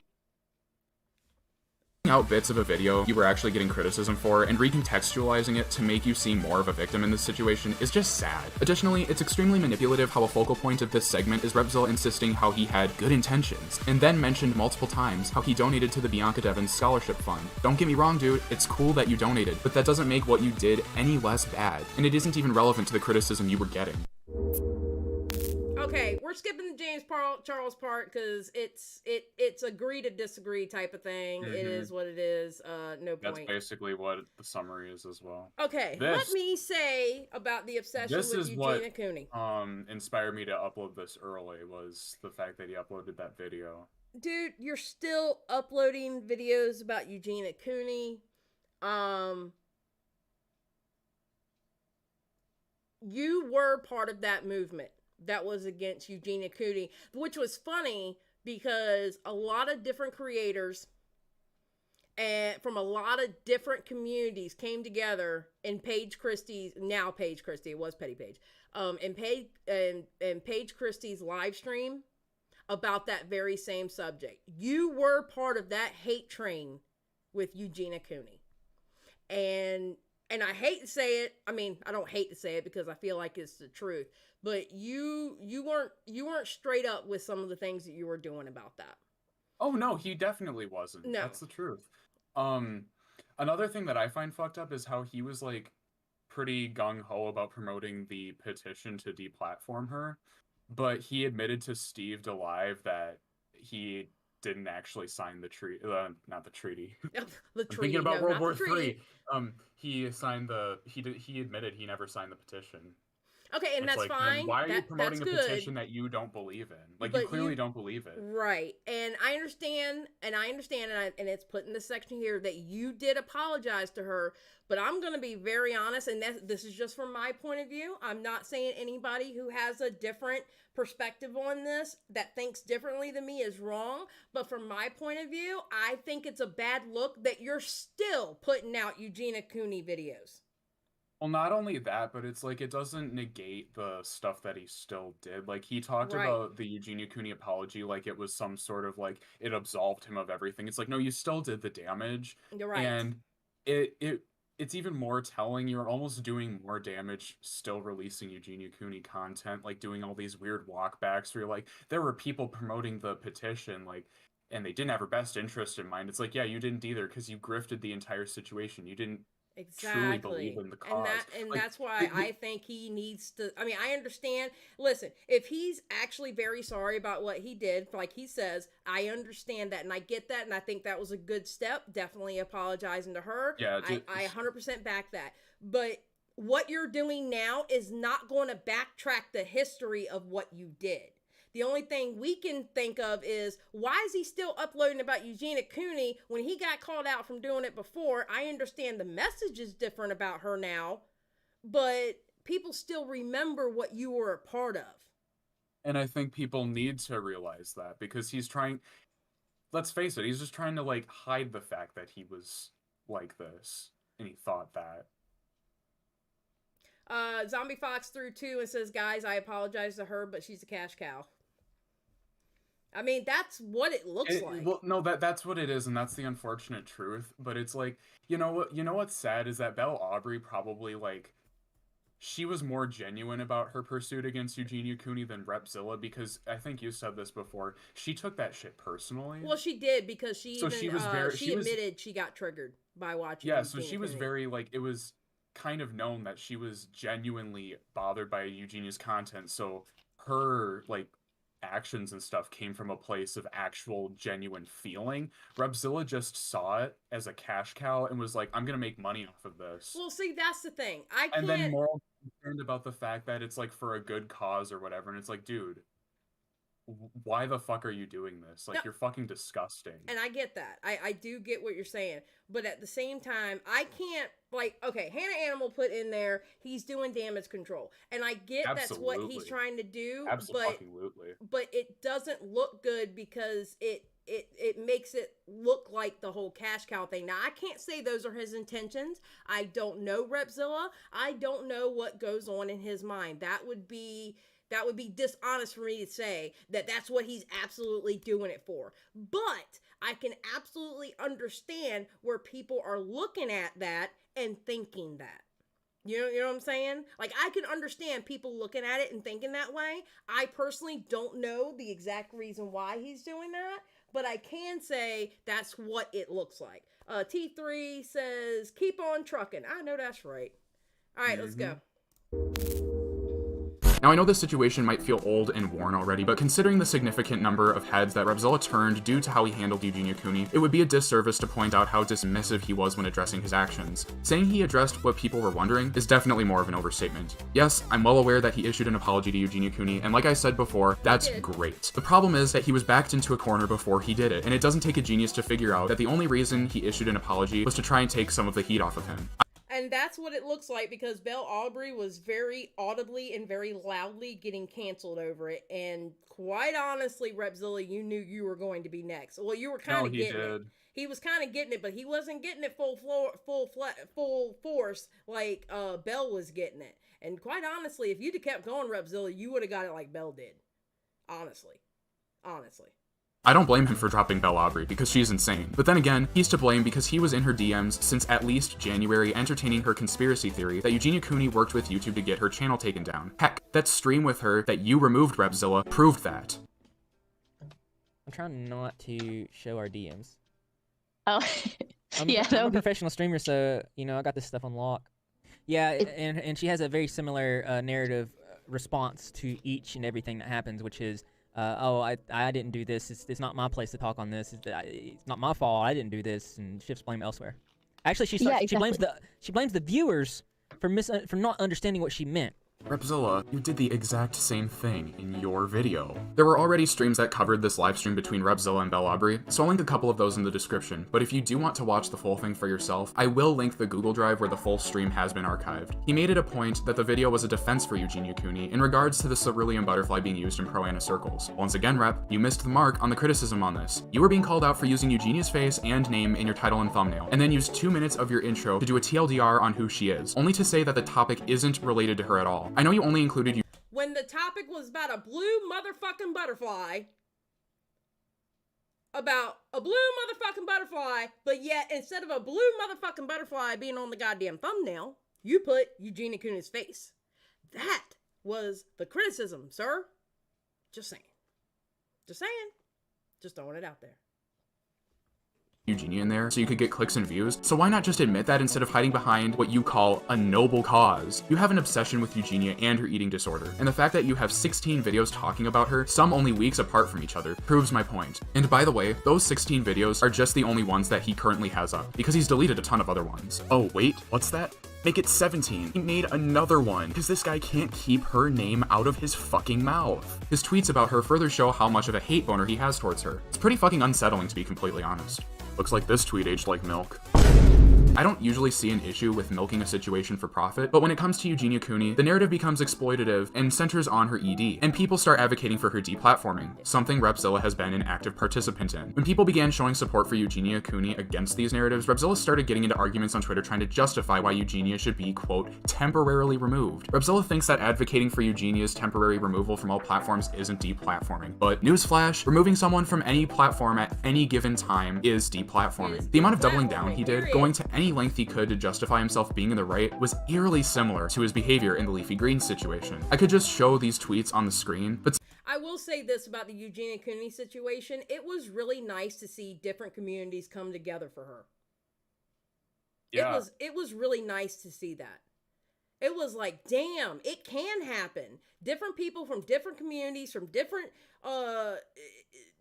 sides of YouTube can come together for something like that. It was so fucking nice to see. It was lovely. It really was.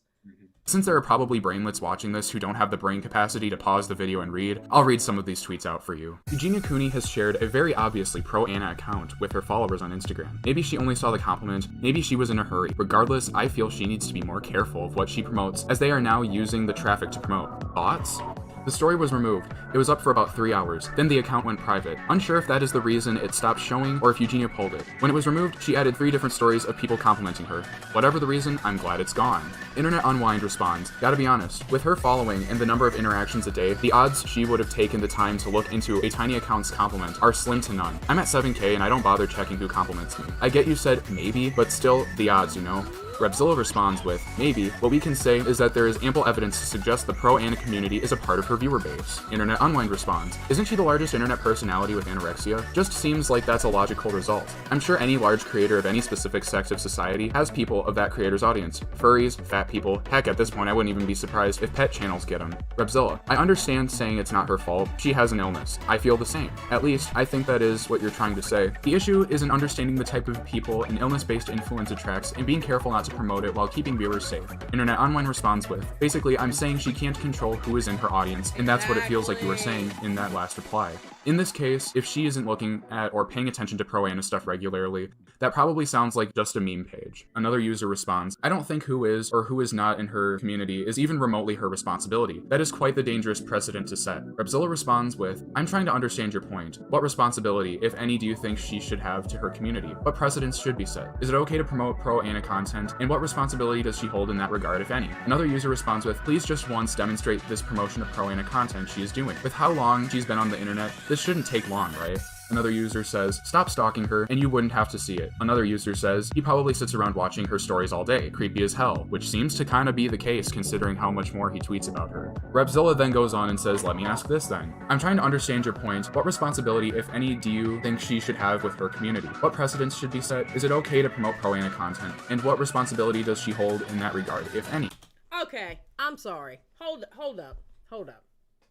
I don't sit there when I'm live streaming. I don't sit there with guards at the fucking door of being able to click into my fucking link and go, do you do this? Are you this? Do you do this? Do you watch this content? What?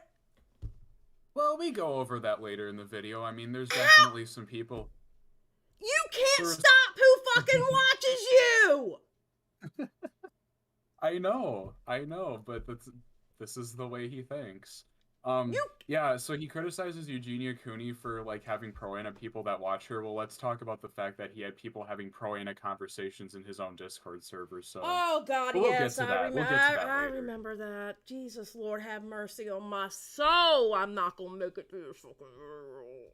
Internet Unwind then responds and says, she likely was unaware, and that is why when made... Wait, what'd you say? I said I'll make you. I know you will. I've already threatened to punch you in the face, like, 3 times.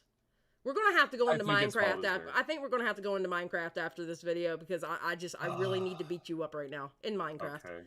Aware she deleted it, which is why this feels like it was unnecessary because she corrected it. She can't share a compliment without being scrutinized for why she should share a nice thing someone said about her. Seems like overkill. Repzilla then continues to respond to Internet Unwind and says, the account set itself to private after I made my tweet. I made my tweet because they were using the traffic she gave to promote themselves. Maybe she did this unknowingly, but regardless, it needed to be taken down. Can we agree it needed to be taken down? Willie Mac Show then responds and says, I feel like Jake is explaining himself very well, and you're just looking for a reason to paint Eugenia in a bad light. Of course, pro-Anna people will follow her. She's the largest personality with anorexia, but that does not mean she's pro-Anna or knew that the account was. She literally just received a compliment. Do you search every account's background that you retweet? Hannah Animal quote tweets Repzilla and says, we had Bloody Channy making grooming jokes. Then, well, we all know the story there. Just because some sick people are in a viewer base, content creators aren't responsible for who watches. Stop trying to pull that shit. Another tweet that is a good example of how obsessive Repzilla can be when it comes to this Eugenia stuff is this tweet where he responds to Eugenia Cooney. Eugenia says, if everyone could be as kind as dogs, the world would be such a nice place. Repzilla replies, I agree. I've never once heard a dog talk negatively about survivors. Sir, that is the exact same shit Marcy used to do to you. Are you comparing Repzilla to Marcy? I mean, I did the same thing. Yeah, Repzilla exhibits a lot of behavior that Marcy is exhibited. The exact same thing Marcy used to do to you. And you are showing and doing the exact same thing. See, this is why I don't like people. This is why I do not like the human race. This is why I don't leave my house. This is why I hardly talk to anybody on the internet. I do not like people. And this is the reason why. I'm an antisocial bitch. This is in reference to him getting all salty about how someone called Xylie Star like a rapist or something in Eugenia's Twitch chat, and Eugenia said that it wasn't really substantiated and that it was a Tipster said, I hate that whole she disrespects survivors crap. She never did that. Right? I'm just saying. bad thing to call somebody that without evidence. That's what Repzilla was salty over, which, again, commenting stuff like this, it's just obsessive, and frankly, it's disgusting. You know, it's all too convenient that he calls his video opening up and how he's going to address everything, but never actually addresses all this stuff that he sweeps under the rug all the time. He still isn't providing any clarity towards his audience. Repzilla tried pushing the narrative that Eugenia needed to be held accountable for having pro-Anna and potential sexual predators in her audience. Eugenia has an audience of over 2 million people, and with that many, there's bound to be degenerates. Heck, you probably have a good number of those people watching your videos too, Repzilla. It isn't something you can control. It's also pretty odd to go after her for her audience members participating in pro-Anna conversations when similar conversations were going down on your own server. Speaking of your server, before you finally caved to everyone after you knew you were on a sinking ship, you were going after Eugenia for having a predator in her Discord. To give a quick background, it was made known in Eugenia's server that there was somebody who was an alleged convicted sex offender. Eugenia chose to wait for confirmation whether the person was a confirmed predator before kicking them. The person was in the server for 3 days before Eugenia got the confirmation and kicked him. There were a couple other situations where there were guys in her server who acted inappropriately. However, these interactions happened outside of Discord, so there was no way of Eugenia or her mods knowing this. But when these situations were brought to their attention, action was taken when evidence was given. As expected, the usual channels freaked out and made videos about it. Among this cesspool was Repzilla, who pushed the narrative that Eugenia was protecting predators. It's pretty hypocritical for him to hold her to this standard when a similar situation happened to him as well. Let's take a look back at that flag history again, shall we? The other video in Repzilla's flag history that caught my eye was a video called Repzilla Defends His Discord Buddies from Crows of Judgment. The video was a Repzilla parody clowning on him over the situation where an adult who would talk sexually with minors was in his Discord server. A Discord server, I should add, that Repzilla advertised as being a secure and safe place for people to be. Just so you know, a Discord server at the highest security only requires a verified phone number to be linked to the Discord account, which is what most people already have. Repzilla, I know you say the issues have been fixed, which is convenient since I was told that you deleted a ton of the channels on there when you were being criticized for the Sammy Vapor stuff this year. But I know that really hasn't changed anything, considering I know a lot of people who have easily gotten in on alt accounts without a problem. Anyway, let's get on to the Sammy Vapor Studios situation. Sammy Vapor Studios was a person who came into the Crows of Judgment server after he saw them do an anime stream, and later joined Steve DeLive's server as well. Regardless of what your thoughts are of Steve, he did play a huge role in outing Sammy for being the sick person he is. Sir, is that a... What is that on Steve DeLive? It's Maya. It's Maya Moore. I made her a tumor on Steve. You are such a shady. You are such a shady bitch. You are a shady bitch. I don't care what anybody says. You're a shady bitch. I think that's amazing. You are such a shady bitch. I love it. I love it. I love that level of shade. All right, let's keep going. I learned from the So best. just hear me You what? I learned from the best. Yeah. Oh my God. out for this. Steve and Sammy got into a fight one day in Steve's server after Sammy got mad at Steve's wording after Sammy asked him if he wanted to play action figures. This led to Sammy getting kicked from the server due to spam. Steve went into Sammy's personal server later on due to him hearing rumors that Sammy was trying to get a bunch of people to make hit pieces on him. Instead of finding gossip messages about him when he joined, Steve was met with messages of Sammy exchanging hentai with a bunch of minors. After he archived everything, Steve brought the evidence he needed to Crow, who then banned Sammy Vapor from his server. After the evidence was shared around, people who previously associated with Sammy turned on him and made videos on the situation. Okay, tipster. I see you. I'm not reading Uh-oh. that. Okay, What did he tipster. say? No, what did he say? Nope. Come on. Come on. He What did said he say? simp D live. Oh no. I'm not going into the whole Steve D live conversation. That I'm not putting that. This is a very separate situation. Yes, a separate situation than what the fuck is going on over there. I ain't in that. Nope. I ain't touching it with a 10-foot pole. Nope.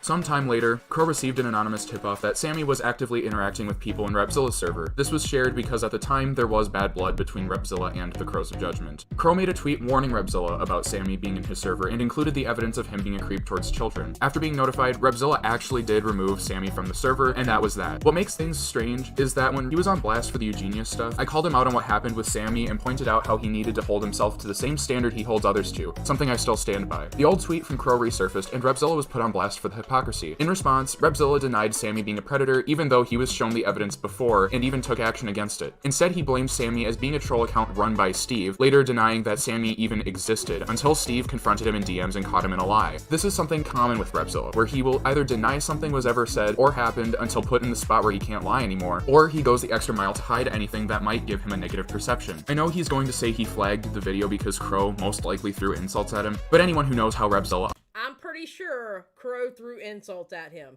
You tell me where Crow wouldn't have thrown insults, huh? He did. I'm just saying. He's Crow. This Crow we're talking about. I thought I was bad. operates at this point, knows he flagged it to avoid the situation. Off about Ukraine the other day when I just briefly mentioned it. Oh dear God. Oh boy, did I regret that. Getting talked about. Speaking of Repzilla not talking about things, it would be a waste to have a video this long and not bring up how the man who prides himself on bringing awareness ignored an opportunity to bring awareness about an actual pedophile. Now, I know no creator is obligated to cover everything their audience wants, but Repzilla gave these girls false hope by acknowledging the situation when he was sent evidence. It all started back when Repzilla took a Twitter user named Dissociative's tweet out of context and used it in a video about Eugenia Cooney, framing the tweet as if it was telling her not to get help. A friend of Dez's left a comment with a timestamp of when the tweet was shown and pointed out that the tweet was used out of context. They further point out how he ignored messages from a mutual friend of theirs named Reese in regards to Dez being groomed by now former content creator Asman. These messages were sent to him via his Instagram, which he links in the description of his videos for where people could contact him about video topics. Conveniently, he has since removed the link, most likely due to the criticism he received for ignoring what was sent to him. If you want more details in regards to the Asman situation, I covered the situation and the thread that Dez posted on both Toy Bounty Hunters and Xylie Gets Real's streams. I will also post a link to the Twitter thread itself. It's also important to note that this info was first sent to Belle Aubrey in January of 2021, who said she was sharing it with Repzilla. I'm gonna be real with you guys, I'm not gonna take Belle Aubrey at her word for everything because, like I said before, she's a nutso. That's what we said on our live stream. Like, just because she said that she'll send it to Repzilla, we didn't know if it actually happened at that time. Yeah, but that was later. Yeah, at that time, we didn't know, and I'm like, well, it is Belle Aubrey. We don't know if we can really, know for a fact that she sent it to him. And then all of a sudden, there comes receipts showing that not only did he see the message, but he actually talked about it a little bit in the message. So, just saying. But this does confirm that Repzilla and Belle were in some sort of contact since at least January. The comment that was left on the video has since been removed for some strange reason. Emmy, another friend of Dez, reached out to Repzilla over Instagram to let him know that he used Dez's tweet out of context and that it was creating issues because his audience thought Dez was pro-Anna. It should be noted that Repzilla does know who Emmy and Dez are, not just because of what he was told in regards to the tweet and Asman thing, but because they would frequently interact with his tweets and he would respond. This might sound like irrelevant information, but trust me, it'll be important soon. Reese sent Repzilla the Twitter thread that Dez made regarding her experience with Asman, which goes into extensive detail on what occurred between the two. I don't want to sidetrack this segment too much, but I do gotta say, this is probably one of the best Twitter threads by far that I've seen that exists. Emmy said, because Rep blocked me from commenting. Oh, Lord have mercy. He blocked Yeah. you from his channel from commenting? He did. I talk about that. Okay, let's keep going. In terms of presenting evidence. When this all blew up while he was under fire for the Eugenia stuff, Repzilla denied ever being made aware of the Asman situation, which didn't really work in his favor. As seen in the screenshot from his DMs with Reese, he acknowledges what was sent. All the evidence was easily accessible and handed to him on a silver platter. He didn't even need to do any of the research. Yet Repzilla chose to ghost a victim of grooming in order to pursue a vendetta against Eugenia Cooney with Belle Aubrey, because yes, at the time that this stuff was sent to him, it was around the same time he started picking up his outrage towards Eugenia Cooney once again. The only reason I'm even mentioning this situation is to give yet another example of how Repzilla's whole helping the cause and staking up for survivors is bullshit. I'm just saying it how it is. It's pretty piss poor for the man who prides himself on spreading awareness would rather advocate for someone with an illness to be deplatformed instead of bringing actual awareness to a situation where a legit pedophile got away. Again, if you want more specifics about Asman, I'll be linking both streams where the other creators and I go over the thread. To wrap up this whole debacle, Des tweeted at Repzilla as he never corrected the record on misrepresenting the tweet in his video from May. When Repzilla released the opening up video in December of 2021, Emmy, dissatisfied that he failed to address not only misrepresenting Des, but also not addressing why he ignored Reese when she gave him the information on Asman, commented on how he never addressed these situations. Her comment was removed not long after she posted it, something Repzilla seems to have a habit of doing, and was blocked from commenting anymore on his channel. He also removed comments from people taking issue with how he never really owned up to his actions during the Eugenia Cooney situation. An Animal decided to conduct a small test and pasted the exact comment Emmy had posted word for word to see if it would get removed. Repzilla, you're still avoiding some subjects. Where's the apology to the people you misrepresented on purpose? Where's the apology to Des, to the donor of Eugenia who you accused of wanting her to move a box? Where are these apologies? Where's the apology to us, Des, Girl 2, Sai, and Reese? Sarah was after you were told about the situation. Repzilla, you need to own up to this. Admit you ignored us. You talked to Reese and can be proven to have done so. I reached out to you because you took my best friend out of context. Where's the accountability? Instead of it getting removed, Repzilla actually responded, denying he knew who the people were that were named in the comment, even though he had liked and responded to their Twitter replies, as well as received a notice from them prior to the May video on Eugenia in DMs. He was also well aware of their names due to his knowledge of Xylie's stream where both Xylie and I went over the Asman thread. Repzilla responded to the comments saying, I don't know who these people are that you're talking about. Still, as far as Eugenia goes, I made content in the past that I no longer stand by and have removed some of that content and apologized to Eugenia directly, but that isn't what this video is about for me, so I didn't include it. I clarified my intentions in a few videos at the end because I could have done better in those said videos, which is why I brought them up. I could link said apology if needed, and maybe I will. I'm still processing things and will update the pinned comment when I figure it out. What doesn't add up about this is that Repzilla made the video called Opening Up, and he said he would be addressing everything he was receiving criticism for. This included the Asman stuff and ignoring the DMs from people. He only cherry-picked stuff, and this is a clear example of him trying to weasel his way out of it. Anna responded, this was a test comment since the original person seems to be blocked from your channel. This is exactly what Emmy wrote, word for word, so it wasn't taken out of my filters as originally thought. Seems odd, someone that has tried correcting you in the comments before and criticizes you. None of their comments can be found anymore. My actual opinions of this video is, it's easy to hide lies within a truth. You did have valid points with the stalker situation, but then the rest of this video seems like filler. After that, it's a number of things that don't line up because your main focus was that. Seems you thought people wouldn't notice. For example, James Charles. I watched your original video and it's conveniently clipped in this video. You heavily imply things, and should we even mention the thumbnail and title? It wasn't correcting a narrative others created. You created it. Even in this video, you can't take full responsibility. And another commenter added on to how there was proof. He acknowledged the Asman thread. Repzilla, you do know though. There is a proven screen recording of a convo you had with someone called Reese. There is an alleged predator in the anime/gaming community. There is a YouTuber named Asman who is inappropriately talking to young minors. He would play hentai games and broadcast it to his audience, and showed two characters having sex in Artificial Academy 2. It was all around inappropriate, and the evidence the victims gave to prove that Asman, also known as Nathan, groomed them is in the link below. This started in December of 2020, but no one is talking about it. Yeah, we did 2 live streams about it, didn't we, Redski? I think we did 2 live streams about We did. Yeah. You with 2 live streams, Toy Bounty Hunters with 1. Yeah. Yep. Ongoing as well. Another victim came forward today, and she links the Twitter thread that Des created. Another victim is speaking out. Repzilla responds, thank you for reaching out about this. Reese responds, thank you for checking it out, dude. Asman recently removed all but 11 videos on YouTube and completely deleted Pi Senpai. There are mirrors though. I don't mean to be a bug about this, but thank you. And you can see that Repzilla reacted with a heart. Reese then continues and says, last one I promise, lol. The day that Nathan deleted all of his videos except for 11, and she shows his social blade. And you can see that Repzilla has seen this. What makes this even more insufferable is that on December 10th, after months of being tweeted at and messaged about taking Dez's tweet out of context, Repzilla reached out out to Dez and said he never got to correct the misinformation until now because he was, quote, away and had to take care of some things. And while yes, he did blur that section of the video finally, dude, you saw the tweets and ignored them. You saw the DMs on Instagram and ignored them. And when someone typed a comment calling you out, you removed it so your comment section could be filled with positivity. Okay, so here's my problem with that. He started getting made aware about the whole Asman thing while Bell was getting canceled for Eugenia Cooney. He was starting to get heat and like the Nicholas DiOrio debate and all this other shit. He was still around, okay? Mm-hmm. At that point, he could have just acknowledged and say, hey, I didn't want to run the story. I didn't want to do it. Or it would look bad if he said that, because if it's like or something. But the thing is he knew he fucked up regardless. Yes, dude. Yes, that's what I'm trying to say. Yes, yeah. He was around because he was arguing with Tipster and everybody about the whole Eugenia Cooney thing. So he was around when he was being made aware about the Asman stuff. No, he just avoided it until it was like last minute, and he's like, right. Oh. Right. That's what he does. He plays stupid.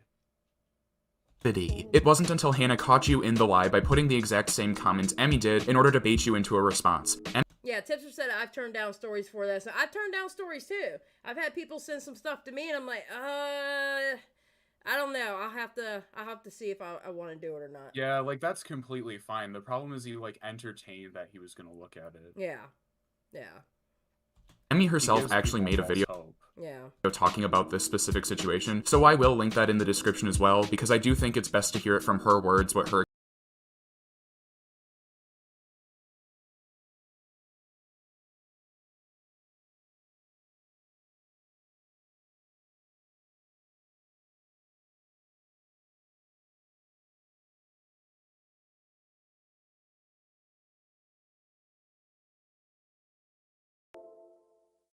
Is everything good? Okay, can you hear me, dude? Xylie? Can you hear me? Alright, hold on. Can you hear me? Xylie, are you okay? What happened? I don't know, dude. Can you hear me? Yeah, I'm good. Alright. Hold on. Let me share that. Oh. Yeah, that was weird. My mic just shut off. Yeah, that's strange. Yeah, technical difficulties, people. Can y'all hear me now? Okay, yeah. All right. We're good. We're back in action. I don't know, man. My mic just said, fuck you, and cut off. I was like, oh, shit, what happened? Experience was with this whole situation. All right, hold on. Neglected grooming situation. All right, RSN. Okay, now we're... My camera died on me. Oh, you like muted for a second. I was like, what? All right. Y'all can hear me. I'm cutting off the cam because apparently it froze. I thought I fixed the problem. Look, I'm frozen right there. All right. So we're going to do the rest of this without a camera. I started off not doing the camera because I forgot to cut it on. Something's going on. I don't know what the hell is going on. I'm figuring it's that Windows 10 update now that has fucked me up. All right, let's go. Fuck it.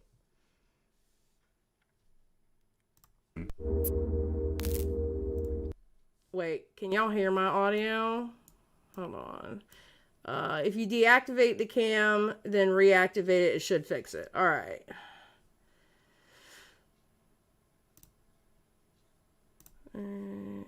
Okay, hold on. Deactivate. Activate. Hello! What's up, everybody? How y'all doing? Xylie Star here. Alright. What the fuck just happened? I don't know, dude. My camera got all fucked up. Let me do that audio input. Hold on. We're still live though, right? Yeah, we're still live. We're still live. Alright. Let's see.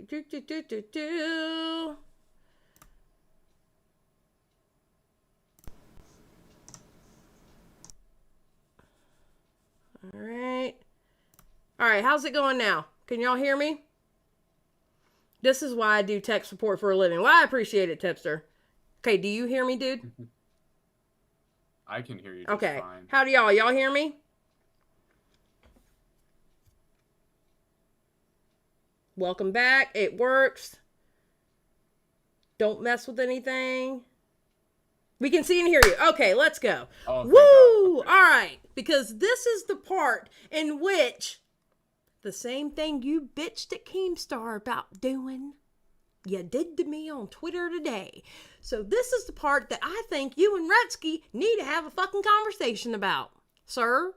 And if you're watching, I don't know if you are, we are in general, you can hop right in. All right, let's go. Before I start this one, yes, I know RSN is a controversial creator, and honestly, he has done some stupid things that I don't agree with. Regardless of how you feel about him though, I have to mention this because the shit Repzilla did to RSN was fucked up. I'm not sure if many of you knew this, but Repzilla and RSN were actually internet friends. Around 4 years ago, RSN was accused of raping a woman named Amber. This was later proven to be false, as a phone call between Amber and her mother was leaked, where the mother pressured her to go through with the accusations, even though Amber can be heard saying there wasn't a rape. I'm gonna get you home. Don't worry about No, that. I mean, if I called the cops, you would have been arrested for other stuff. You have to go to the police department and you'd have to have a rape test. And Why? for his DNA. Yeah. No, if I call the cops, there's nothing else to say. What do you mean? It would be considered rape, and it's not. Wait a minute, what? If I called the cops, I'd have to say he raped me. Right. It's not rape.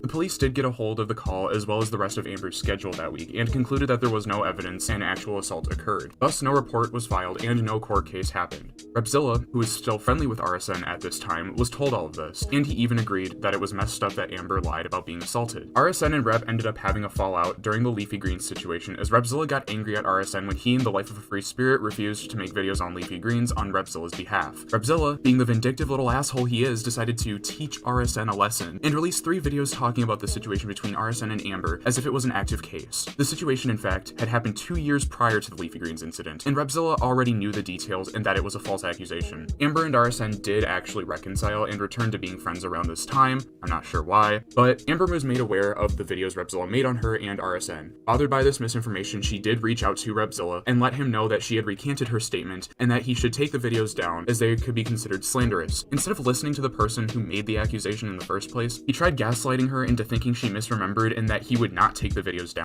Okay, so I have an issue with this.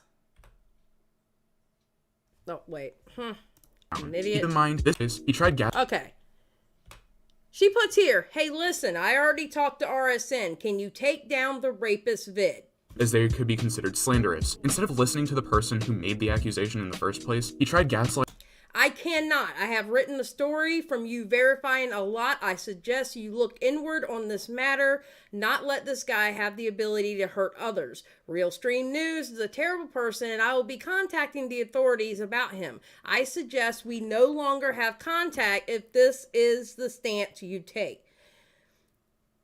On Augie's stream, RSN said that the girl consented to sex, but during the sex, she asked him to stop, and he didn't. I don't know about you, but I know what that sounds like to me. Tipster, I agree, and I remember that episode actually perfectly. This is one of the issues I have with RSN, but here is my thing, all right? If she asked you to take down that video, I think he should have took down that video. Personally, for me, not telling anybody what to do. I'm just saying this is my own personal thoughts and my own personal, how I feel about it. If she, the victim, in which way we don't know the victim, we weren't there, okay? But I do remember what RSN said in that Augie live because I was there. I was watching it live. Mm-hmm. If she asked for it to get taken down, I believe it should have got taken down. My own personal.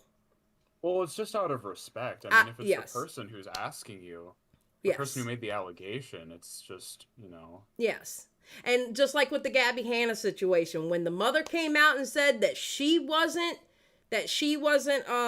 like slighted by what Gabby Hanna did, all that shit should have stopped. Had a little bitch fit. Yeah, all that shit should have stopped from everybody who were making videos about that shit. At that point, what the mother says is what it is. If she wasn't slighted by that, then why should you be?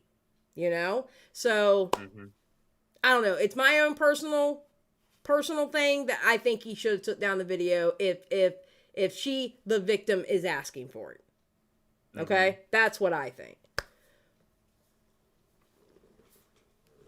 I pressed him on that issue and he got pissed. Oh, are you talking about RSN or are you talking about Tipper? For me personally, I feel like a person is a legitimate threat. I gotta be honest. I would not take down the video either. I would prioritize potential future victims in that case. Yeah, I mean, like I said, it's a personal thing for me. So, okay, you were talking about RSN. I pressed it. Oh yeah, I remember. I was listening to that live. I remember that live vividly. So, I also think he coerced her because he said openly on that first video she was like, I do remember that True Horror Stories. She also said no beforehand. I agree. I have my issues about RSN also. Believe me. And this whole situation about him and this girl, I have my own thoughts about that whole entire situation. But this video is about Repzilla, so I'm not going to get into it. But I do have my own thoughts about all that shit. I'm going to be honest with you. I really do. And they're not very nice. All right, let's go. Fighting her into thinking she misremembered and that he would not take the videos down. Keep in mind, this all happened because RSN didn't want to make an exposed video on Leafy Greens on Repzilla's behalf. Recently, there was a call between RSN and Repzilla where Repzilla did agree to take down the videos, as long as RSN would take down videos where he talked about Repzilla. Kinda shady if you ask me, but I'm not going to speak anymore about this call out of respect for both RSN and Repzilla, as it was good that they buried the hatchet, even if Repzilla made it as difficult to do as possible. So that whole section was the reason why we got into what we got on to Twitter. It was so fucking pointless. It was pointless. I can't believe like half the day was spent like looking at that stupid thread. Yeah, pretty much. Yeah, no, I get it. Okay, I'm just gonna say cat because my brain will not work on saying that name. Cat. No, I get what you're saying. Believe me. Like I said, I have my own thoughts about that. But we're not talking about RSN. RSN is done now at this point. I do have my own thoughts about this situation. He might be having me and Repzilla on a live stream tomorrow morning, apparently. Oh, really? I mean, that's what he said, but he said Repzilla might not have thought it was an invitation, so we'll see. Well, I mean, Repzilla wouldn't come up here. I mean, but RSN has more. Well, you never know. But yeah, but no, we're not talking about RSN anymore. That was a blip in this video. Here's the thing that I have to ask: if RSN was truly like, if Repzilla thought he was truly like a danger to people, how come he had no problem taking down the video? So he did take down the video. Yes, no, he did. He took down all his videos he made on RSN. After he had that conversation with RSN. Yes. Okay. That's the entire point that I was making in the video. He had this conversation with RSN, and from the tone that I heard when he was saying, RSN's like, yeah, here's the video that he had posted years ago of Amber saying like, oh, it's not rape, or whatever. And he's like, oh, I never saw that. I was never made aware of that. And it sounded like he was doing it to Dez. He was playing stupid. And it's just like, how come, like, if you truly believe he's a danger, why would you have no problem deleting the video? I mean, yeah, I guess. It seemed like a grift, and I don't fucking know, dude. He's just... I mean, I guess. I guess so. So, I just, like I said, for the chat, we're done with RSN. Repzilla was the person who sent RSN those messages about Leafy Greens. Yes. Like the ones I feature in this video are ones he sent to Real Stream News because he wanted Real Stream News to make a hit piece on her. Right. So he brought these allegations to YouTube because Real Stream News refused to make a video on Leafy Greens. He felt spited, so he's like, I'm gonna get revenge. Well, I'm gonna be honest. I probably would have brought. If I was. Because at that time, I was transitioning into watching other content and stuff. Had I known, like, all that, I probably would have put it on my channel, too, and talked about it and bitched about it. Like I said, I have my own opinions about RSN in that situation. I'm not talking about them now. I'm probably not going to talk about them because I don't see a point I mean, at the this only point. thing that It just matters goes is that back it's and fucked forth. up that Repzilla brought it up because he wouldn't make a video on leafy greens, because he knew about this before this went public. Like, he knew, like, the whole story, and he decided to keep it quiet until it was convenient for him. So it's just another showing he's morally questionable. Yeah. Like, he'll hold things against people until it's convenient for him. Yeah. So, all right, let's move on. The choice of Noah Pothoven. Okay, Noah. Okay, Noah. That's how you say it. Noah Pothoven. Yeah. Okay. It's like Noah without the H. Okay. After I released my first video on Repzilla, I was reached out to by someone named Tanya Mayer, who was close friends with a girl named Noah Pothoven. Noah Pothoven was a Dutch mental health activist and author who tragically passed away in 2019. She was in an immense amount of pain due to an assortment of mental health issues and intense PTSD from being sexually assaulted a number of times when she was under the age of 15. She had reached out to a euthanasia clinic for assisted suicide, to which she was denied since she did not have her parents' permission. Many media outlets falsely reported that her Excuse me. I have to say something about the chat. No, Skip. I was not sniffing my lighter. I was just talking, okay? And it just so happened to be in my nose. Ah. Skip's always trying to get me in my own chat. The arson situation is complicated because the alleged victim keeps changing her story, but I believe he did it I based think what on also him should agreeing. be said about the alleged victim is it's like, it's tipster. interesting how they're both friends again. I don't... Skip. Basically, she... Okay, go ahead. No, I was just giving Skip the middle finger. No, say what you want to Skip before Yeah. I... No, you're good. Keep going. Drop a bombshell. But so, like, this Amber chick is under house arrest currently, from what I was told, because she was stalking, one of the actors from American Horror Story. Okay. She's pretty crazy, and she even, like, she wanted RSN, like, so they're friends, but she, like, wanted to film a porno with RSN, like, recently. That's something she Okay, but here's the thing, though, Redski, and this is all I'm going to say about it. We're not talking about RSN anymore. Holy shit. This is the only thing I'm going to say about it. This is the only thing I'm going to say about it. You can be in the middle of the shit, but if you say no at that point, guess what it is? Even if she recants it, guess what it is? You know what I'm saying? And I don't care if they're friends. That has no bearing. And anything else that she has done has no bearing off of what happened that night. You know what I'm saying? Yeah, I can see that. You see what I'm saying? So that's all I'm going to say about that, because it is a very complicated story, and quite apparently, and this is the reason why I don't talk about, because the victim is the one that's saying it wasn't that, so it ends up boiling down to this. It ends up boiling down people arguing morality.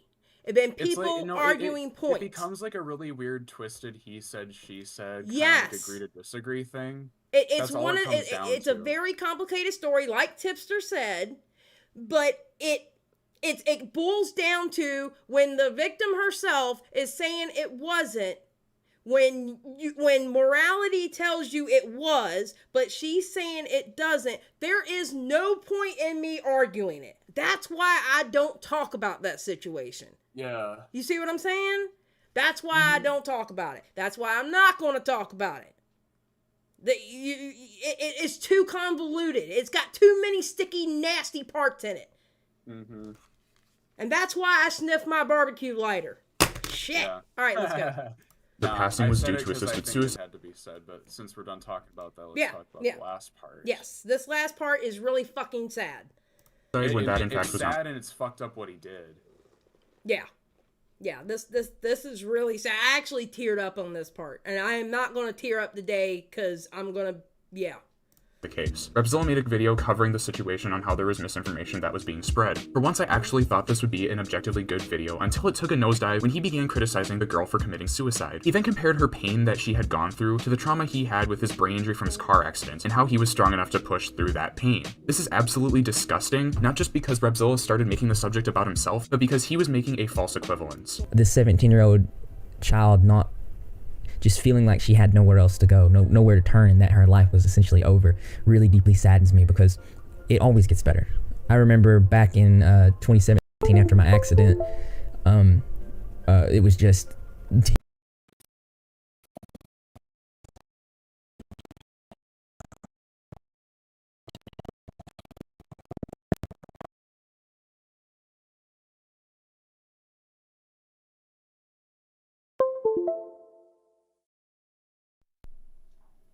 Can you hear me, Redski? Redski, hold on. This shit's pissing me off. Stop asking me that, dude. All right, here we go. All right, you there? Are you alive? What happened? Dude, I don't know. My shit's fucking up. I think Windows 10 fucked my shit up. Christ. Jesus fucking Christ. All right, let's go. Deep depression, and we've all been there. And if I had done anything, if I had just given up then I wouldn't have all you guys now. And I've had multiple times throughout my life where things just seemed so dark, and you just move forward. I mean, it's hard and it's difficult, but you gotta go. You gotta go forward. These things happen. You're gonna feel bad. Not every day is gonna be the best day, man. But just from my experience, and I've been there, like, it does get better. As I said, I am gonna put some resources down below for you guys, and if you need to reach out to me, you know, any social media, you can reach out to me any way that you feel comfortable, because I'm here for you. And as always, you can reach out to me on Discord, email, whatever you feel comfortable with doing. But in all seriousness, though, if you're feeling down or depressed, or you need someone to talk to, reaching out to your favorite influencer should be the last of your options. Having a traumatic brain injury is a very different experience from being assaulted multiple times as a child. It's common sense not to compare one person's personal trauma to someone else's, and anyone who does that is just plain stupid. Tanya actually commented on his video saying there was missing context he failed to add about Noah's passing. She reached out to him on Instagram to provide more information regarding Noah's state and what she was going through when she was in recovery. Repzilla responded and asked to set up a Discord call with her to share more, which, after him being late to responding and sleepy, never got back to her about the call. After a number of failed attempts at getting him to answer her calls, fed up with his incompetence, Tanya sent a last string of messages to him and reminded him that the video was still up, and he didn't even make the effort to clarify the misinformation on Noah, even though he was well aware that there were errors. I'm going to read out the messages between Repzilla and Tanya. Some of her messages are a bit broken because English is not her first language, so I will try to read them the best I can. Hey Repzilla, I know you don't know me, and this is an older topic. I wanted to ask about the video about Noah Pothovic. She was my best friend before her passing, and I still have a lot of grief in me. I do love what you make, and it showed up again on my homepage. I did watch it now for the second time because this was all in the news and was not what happened. We lived at the same mental health unit for a year. The last year of her life, she was out of option. An ECT is what made her go back at her ED and self-harm. She was 17 years old, not an adult. It got so bad that she stopped eating and drinking, and with already a broken body, she went into a coma at the hospital. The hospital gave her a feeding tube when she was in a coma. After a week, there was a hospital bed that was brought to her house. Awakened outpatient, nobody could help her anymore, so I was there every day. The part that says she got a choice to die with help is not the case. She was too young, only when 18 years and older was the law at the time. So the tube was needed to let her stay alive. She did want to sleep in, but the suffering in being 17 gave no choice and the tube got out, and she starved to death. Her mom did not want to make her go through more pain, and she also had psychosis at that point. So we know she is dying, but she was in so much pain for years now and can't get the injection. We needed to let her go and not force anything on her again. What was now, at this point, for more than 5 years. When she passed, DID Media read an interview they did with her a year before, where she says she wished that the injection was an option.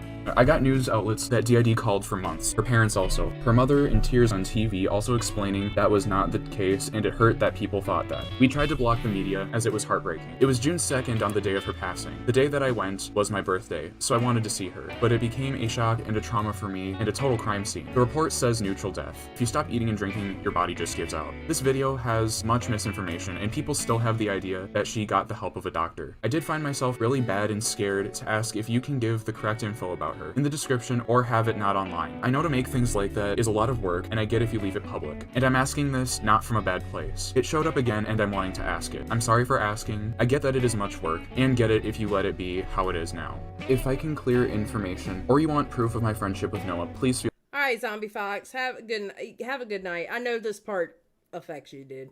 I understand. Believe me. I get it. Have a good night.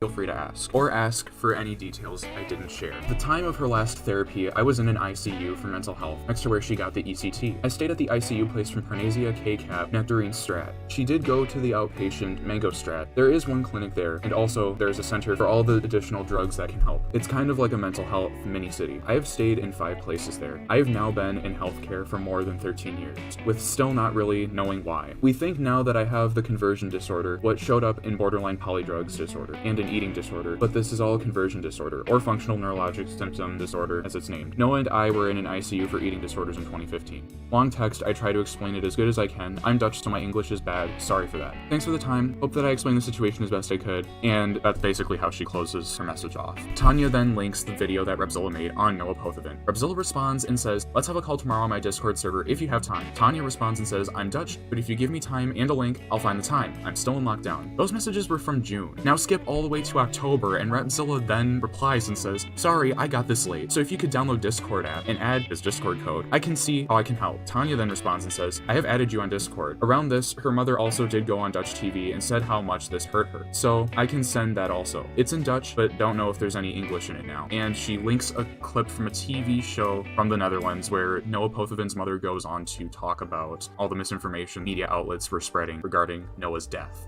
It's a short bit of it, but they say it's false. The total clip is long, with also a part where you can hear her ask the president for help. I can't watch, it still hurts. By the way, my Discord name, and then she puts her Discord name. Repzilla then replies and says, hey, I'm sorry I got this so late. Initially, I closed DMs on Instagram so I could better manage replies. Tanya says, it's okay, I did try last month, kinda blocked it. There's no time to click on DMs. I'm assuming when she said like block it, I think she meant she called Repzilla last month, but then she kind of forgot about it. After that, Repzilla says, Tanya says, no, sorry for seeing this late. Sorry, I'm not 100% well myself, so I also am not clear. Repzilla says, oh, are you okay? Tanya says, I'm at the hospital, but fine. ED relapse. Repzilla says, I see. I'm sure they will take good care of you. Tanya says, yes, it's going to be okay. Just now not clean because the meds they give. Could be worse. Hope you're okay? Repzilla says, I'm about to fall asleep, but I'm fine. Tanya says, hope you sleep fine. Here we start the day now. Haha, CET time. Repzilla says, good night, get well soon. Tanya then says, good night, I'll do my best and stay safe. Those messages were in 2020. Now we cut to November 20th of 2021, and Tanya says, hey, I literally wait now a year for a response, and the video is still up with misinformation and no correction in the comment or the description. I want to ask again for you to correct the information or take the video down. This is misinformation about the death of a 17-year-old. The two links to the news about the cause of death also back up my claim. Also here when you Google it, and she gives another link this time to the Washington Post. Lisa Worstveld, a Dutch lawmaker who had visited Noah before her death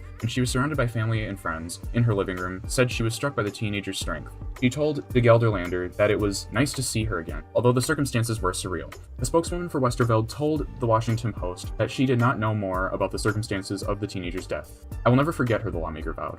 We will continue her struggle. The health minister struck a similar tone, saying, our hearts go out to her. Yeah, Jingo, it is hard to listen to. This whole part just fucked me up.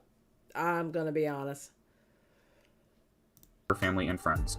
The family must now be allowed to grieve for Noah in peace, he added. As you can see, after the final messages, he left her unread. Since Repzilla was too incompetent to hear Tanya out and look at the information that was sent his way, I'll correct what he failed to do and give the side of the story she wanted to tell. Noah was hospitalized often for numerous suicide attempts. Her parents were very much worried about her and did everything they could to try and help her. She was already suffering from depression, anxiety, anorexia, and BPD alongside the PTSD. Her parents, out of desperation, did sign off on her getting electroshock therapy, which unfortunately didn't help as it caused her to develop psychosis. For someone underage who is already going through a lot, this can cause even more pain and distress. She did end up passing away due to starving herself to death. However, it wasn't a situation where her friends and family unquestioningly let it happen. They ultimately decided that force feeding would be a risk to Noah's safety, as tube feeding in the Netherlands is not overseen by nurses. Instead, they give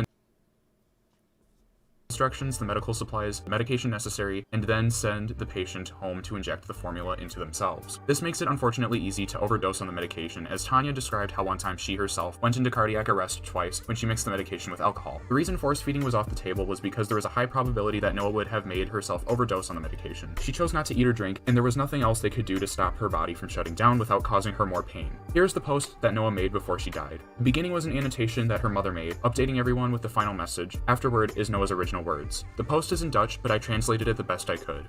May 30th, 2019 was your last post on Instagram that I panicked after your death because the media around the world let this message go around the world, often with wrong information, which was later largely restored. You have drawn worldwide attention to the great shortage of expertise that still exists in youth psychiatry. Below is an exact repost of your last message today a year ago. With that, I also close the posts on this account, Noah Maestro, on Instagram. Her last message to your followers has been restored, and I feel in everything that it should be. Love, Noah's mom. A sad last post. I doubted for a long time whether whether I should put it here, going to share, but decided to do it anyway. Perhaps it's unexpected because of my posts about the recording, but my plan has been there for a while, so it's not impulsive. I'll get straight to the point. I will die within a maximum of 10 days. After years of fighting and fighting, it's over. I've stopped eating and drinking for a while now, and after much conversation and reviews, it has been decided that I will be released because my suffering is unbearable. It's finished. I haven't really been alive for so long. I'm surviving, and not even that really. I'm still breathing, but I'm not alive. I am well looked after, I am on strong pain relief, and I am with my family all day. I am in a hospital bed in the living room. I am in the process of saying goodbye to the most important people in my life. I can no longer read, and I can hardly text anymore. If I don't approach you myself, I won't be able to say goodbye. I'm very weak, so limit this to the most important people. I hereby also ask, if you don't want to spam me with please, if this is possible, I can't handle that anymore. It's fine this way. Don't convince me this isn't right. This is my decision, and it is final. Love is letting go. In this case it is. Thanks for your support always. It's fine this way. It will be posted here in a while when I die, so that will be automatic. Clear, love from Noah. The anguish that Noah suffered is unimaginable, and for Repzilla to criticize her for not pushing through this pain and then comparing it to his traumatic brain injury makes me fucking sick. Come the fuck on, dude. I knew you were pathetic, but this is beyond pathetic for you. As you can see, what we're dealing with here is an individual with a messiah complex who relies on emotionally charged people to push narratives and go after others, which, if I'm gonna be honest, applies to a lot of creators on YouTube. But what makes Repzilla different is the excessive lengths he's willing to go to in order to avoid responsibility, and in some cases, straight up try and cover up his shitty behavior. His video addressing everything and his actions afterward prove that Repzilla has not changed, and based on how long he's been doing this, I'm trying, guys. I just don't have anything to say about that part.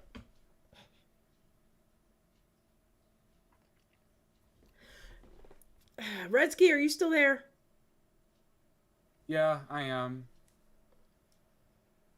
That Should part we finish it is off, just yeah, I'm doing the last part now. That part is just so fucked up, dude. It's a lot, I know. Yeah, but it had to be said. But take your So time. yeah. All right, let's do the ending. Boom. and what he's like behind the scenes, he seems straight up incapable of changing. There isn't any other way of putting it. Repzilla takes himself way too seriously to the point that it's comical. He's proven himself to be a habitual liar who lacks self-awareness and deflects all his mistakes and wrongdoings onto other people. That's pretty much all there is to it, point blank, period. While doing research for this video, there have been several instances and things that I learned showing that there are other bad actors, not just in the commentary community, but YouTube as a whole, that have caught my attention. But who's to say? Maybe it'll be worth exploring in the future? Maybe not. We'll see. But until then, consider this case closed. I'll see you in the next one. Boom. There we go. And that was the video. Any final words, Mr. Redski? Finn. The end. The end. I mean, I think that you and, I mean, I don't know. The offer is there if you possibly want to talk to him. Now, Well, if it you end sounds up... like we might be going on RSN tomorrow morning. Okay, well, if y'all end up in RSN, that's good. Either way, y'all need to talk. I don't know how RSN's going to... Okay. Please tell me you called out... Repzilla made it a big deal because his issue was like, oh my god, you said we made a deal. And it's like, well, yeah, you guys kind of like agreed to take the videos down. Like, yeah. I don't understand why he's making a big deal. It really is a non-issue. He completely like... See, this is what he does. Like, he took an issue, made it seem worse than it was, and tried to rope a bunch of people into it. You saw what happened today. Point blank period. That's how it is. All right, High Priestess through 499. Please tell me you called out this his horrible Southern accent. Bless his heart, it's awful. Lips and tea, baby. I called out Redski's horrible fucking Southern accent. I certainly did that because Redski's is like, ugh. It's bad. It's bad. It makes me want to just. Well, after the video, I mean, you want to punch something, so. Yeah. I know I did. But, you know, Skip saying Redski kick-ass video. You made a good video, Redski, by Indigo. Yeah, people are liking this video. We need to get more views on it. I think it really needs to be out there. You know, you know, the one thing I can say about that video that Repzilla put out, and he like, I personally, to this day, believe that original video, well, like the coming out with a full story video, whatever he called it, he made it for his subscribers and his supporters. Oh, clearly, yeah. He didn't make it for people who knew the backstories of everything and go, wait a minute, you said this, but that's not what we were telling you about. We were telling you, like with the racist tweet things. Mm-hmm. The argument for the racist tweet thing is you were not a teenager, yet you said you were a teenager in your video. That was my criticism. I was like, why would you lie about your age over something so stupid? Exactly. And you and I even said, yeah, they can connect their Facebook to their Twitter, so it was understandable. Was the whole point. You didn't have to lie and say you were a teenager, but he didn't even mention that part in his coming out with everything video. Well, no, because he just tried to avoid it. Like, that's what he does. He isn't going to change. He has been given every opportunity to clear up the record. He made a video response to the Permink stuff and deleted it because he, quote-unquote, was getting Permink. Like, he's like, oh, Permink's sending people to harass me. It's like, yeah, whatever. He always falls back on harassment and doxing when he's under criticism. Well, I don't know what it is with that guy. There's something not right there. Tipster said Redski is a talented creator with a lot of potential to do big things. I absolutely 100% agree. Tipster. Thank you. Appreciate it. Opening up should have been closed down from a lack of interest. CSA made his video not the worst of 2021. Thoughts and opinions, you are 100% correct. That's why I say CSA. Thoughts and opinions. Yes. CSA, Creepshow Art.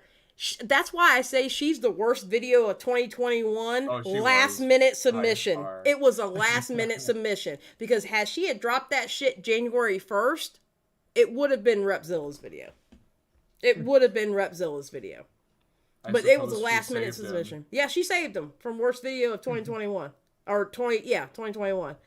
Absolutely. You know, but it's I'm blown away. I'm still blown away that he literally got on Keemstar saying that, you know, to your thousands of people or to your millions of people, whatever. Like the same thing that he was bitching about Keemstar is exactly what he did to me today. Oh, God. It's the exact same thing. I am a micro channel. Just like you were complaining how Keemstar has so many subscribers versus you. I am a baby channel. I mean, not that I care. You can come for me. I don't care. I mean, it ended up good anyway. You know, whatever. We whatever. You know, we ended up talking civilly afterwards. But still, what you complained about with Keemstar was exactly what you did today. What he complained about Marcy doing is exactly what he did. Yeah, that too. You know, dude, you gotta... Obsessively stalking Eugenia Cooney's Twitter and, like, replying to random tweets of hers and stuff. It's... What goes around comes around. That's all I can say. You know, it's crazy, dude. All right, chat. Any last minute submissions that y'all want to talk about? Or do y'all have anything y'all want to say to Redski? Or anything like that before we get out of here? Or did he gaslight you? No, Ezra, like I said, about the conversation between him and Redski, he did not ask me. I literally went into his DMs and asked him. And I will say, his responses back to me in the DMs, they were respectful. He wasn't being condescending. He wasn't, he wasn't like that at all. Okay? He was not like that at all, I have to admit. I'm not going to sit there and put something on him that didn't happen. So. Shocking that Petty Page says he's different behind the scenes, and we can see that back up by Primink. You know. Oh, I wish Primink could have been part of this video. That would have been. Yeah, that would have just been. Mwah. But you know, it was a great video, dude. I think you did an awesome job on that video. You did great. You did absolute great. I would like to request Redski to do an entire video with a southern accent, please. Redski, you better not. I don't know. Maybe I will now. I will tear it up. I will tear it up. And I'll let you sit in the audience while I tear it up. I'm just saying. That'll be fun. Maybe I will. You know. We'll see. Believe me, Davida, he was trying to disarm you with play. Davida, I'm not the one to do that to. Believe me. No. No, that wouldn't have worked. I will say this. Every time I've been in the DMs with Repzilla, he's always been nice. He's never been condescending to me. He's been chill and cool in the DMs. I have to say that about him. I'm not the one. Do it. Don't let Xylie tell you what to do, Red. Okay. I never let her tell me what to do. Between Skip and Amber Chick and half of my other mods, I'm looking for new mods. I am wiping the slate clean. I'm looking for new mods. I'll be putting the application out there. If you want to be a mod for me, fill out the application because I'm getting rid of them. I'm done. I'm done. All y'all, I'm done. I am over my wrenches in my chat. Tiny Dancer says, I'm a fangirl of Redski. Oh, look at you with a fangirl. You got another fangirl, too. Awesome. You do have another fangirl, too. One of my subs Always that's in my Discord. Yeah. Look at him. Oh, I feel like a proud mom. He has fangirls. Skip says, nobody wants to mod your shit show, sis. I will be in your DMs directly after this live, ma'am. Oh, and then here comes Amber Chick. Girl, bye. Ain't nobody applying for this trauma and abuse. All I did was love you. Oh dear God. Jingo, I'm playing. I'm not really getting rid of them. I couldn't get rid of them. They're my babies. No, Gigi, you were absolutely fine. You did not annoy me, I promise. I love Gigi. You did not annoy me. You were awesome. All right, guys. Well, we're getting out of here, and yet again on another stream, I have to figure out what the fuck happened. I think it was Discord. I'm gonna be honest. I think Discord was fucking me up. Discord's been giving me issues too, so my bet's on that. What kind of issues has it been giving you? Well, same thing. Like when Crow streams, the audio's like it doesn't work. And What is Crow using? Is he using Streamlabs? He's using OBS, but he has Stream Elements as like an add-on.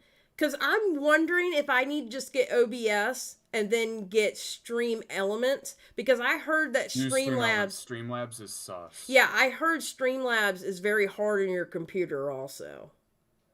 Because I remember, actually, Tipster they told were me in that. that lawsuit or whatever because they said they called themselves Streamlabs OBS. Oh and they yeah, got sued yeah, by but they OBS, they actually straightened that out. OBS tweeted out that they talked everything out and got everything good. So I mean that stuff, yeah, no, that got wiped clean. So, okay, I'm eating meat and potatoes for dinner. Awesome. I'm gonna go eat the damn pasta I was cooking while I was arguing on Twitter, Mr. Repzilla. Just saying. All right, guys. I'm getting out of here. Y'all have a good night. Just hope. I'm just gonna say this: if he is gonna go on RSN with me tomorrow morning, I'm gonna just say he better as damn watch that video. If he goes on RSN with you tomorrow morning, I personally am going to be angry. I'm going to be honest. Yeah. I'm personally going to be angry if he goes on RSN with you tomorrow. But then again, now RSN is also part of the conversation y'all need to have. So I really can't get angry because really a conversation obviously needs to be had between the three of you. I mean, RSN already kind of made a tweet about it. I don't know. I'm blocked by RSN because of shit that I said back when the whole rapist thing happened. So I'm blocked by him. So you're going to have to take a screenshot and show me in the DMs. Yep. Will do. Because you know me, people love to block my salty ass. Yeah. I'm just saying. Where's the fun in that? I know. I'm kind of an asshole. I can't help it. All right, so I'm going to get out of this call. I will talk to you later. And, guys, remember, keep it real.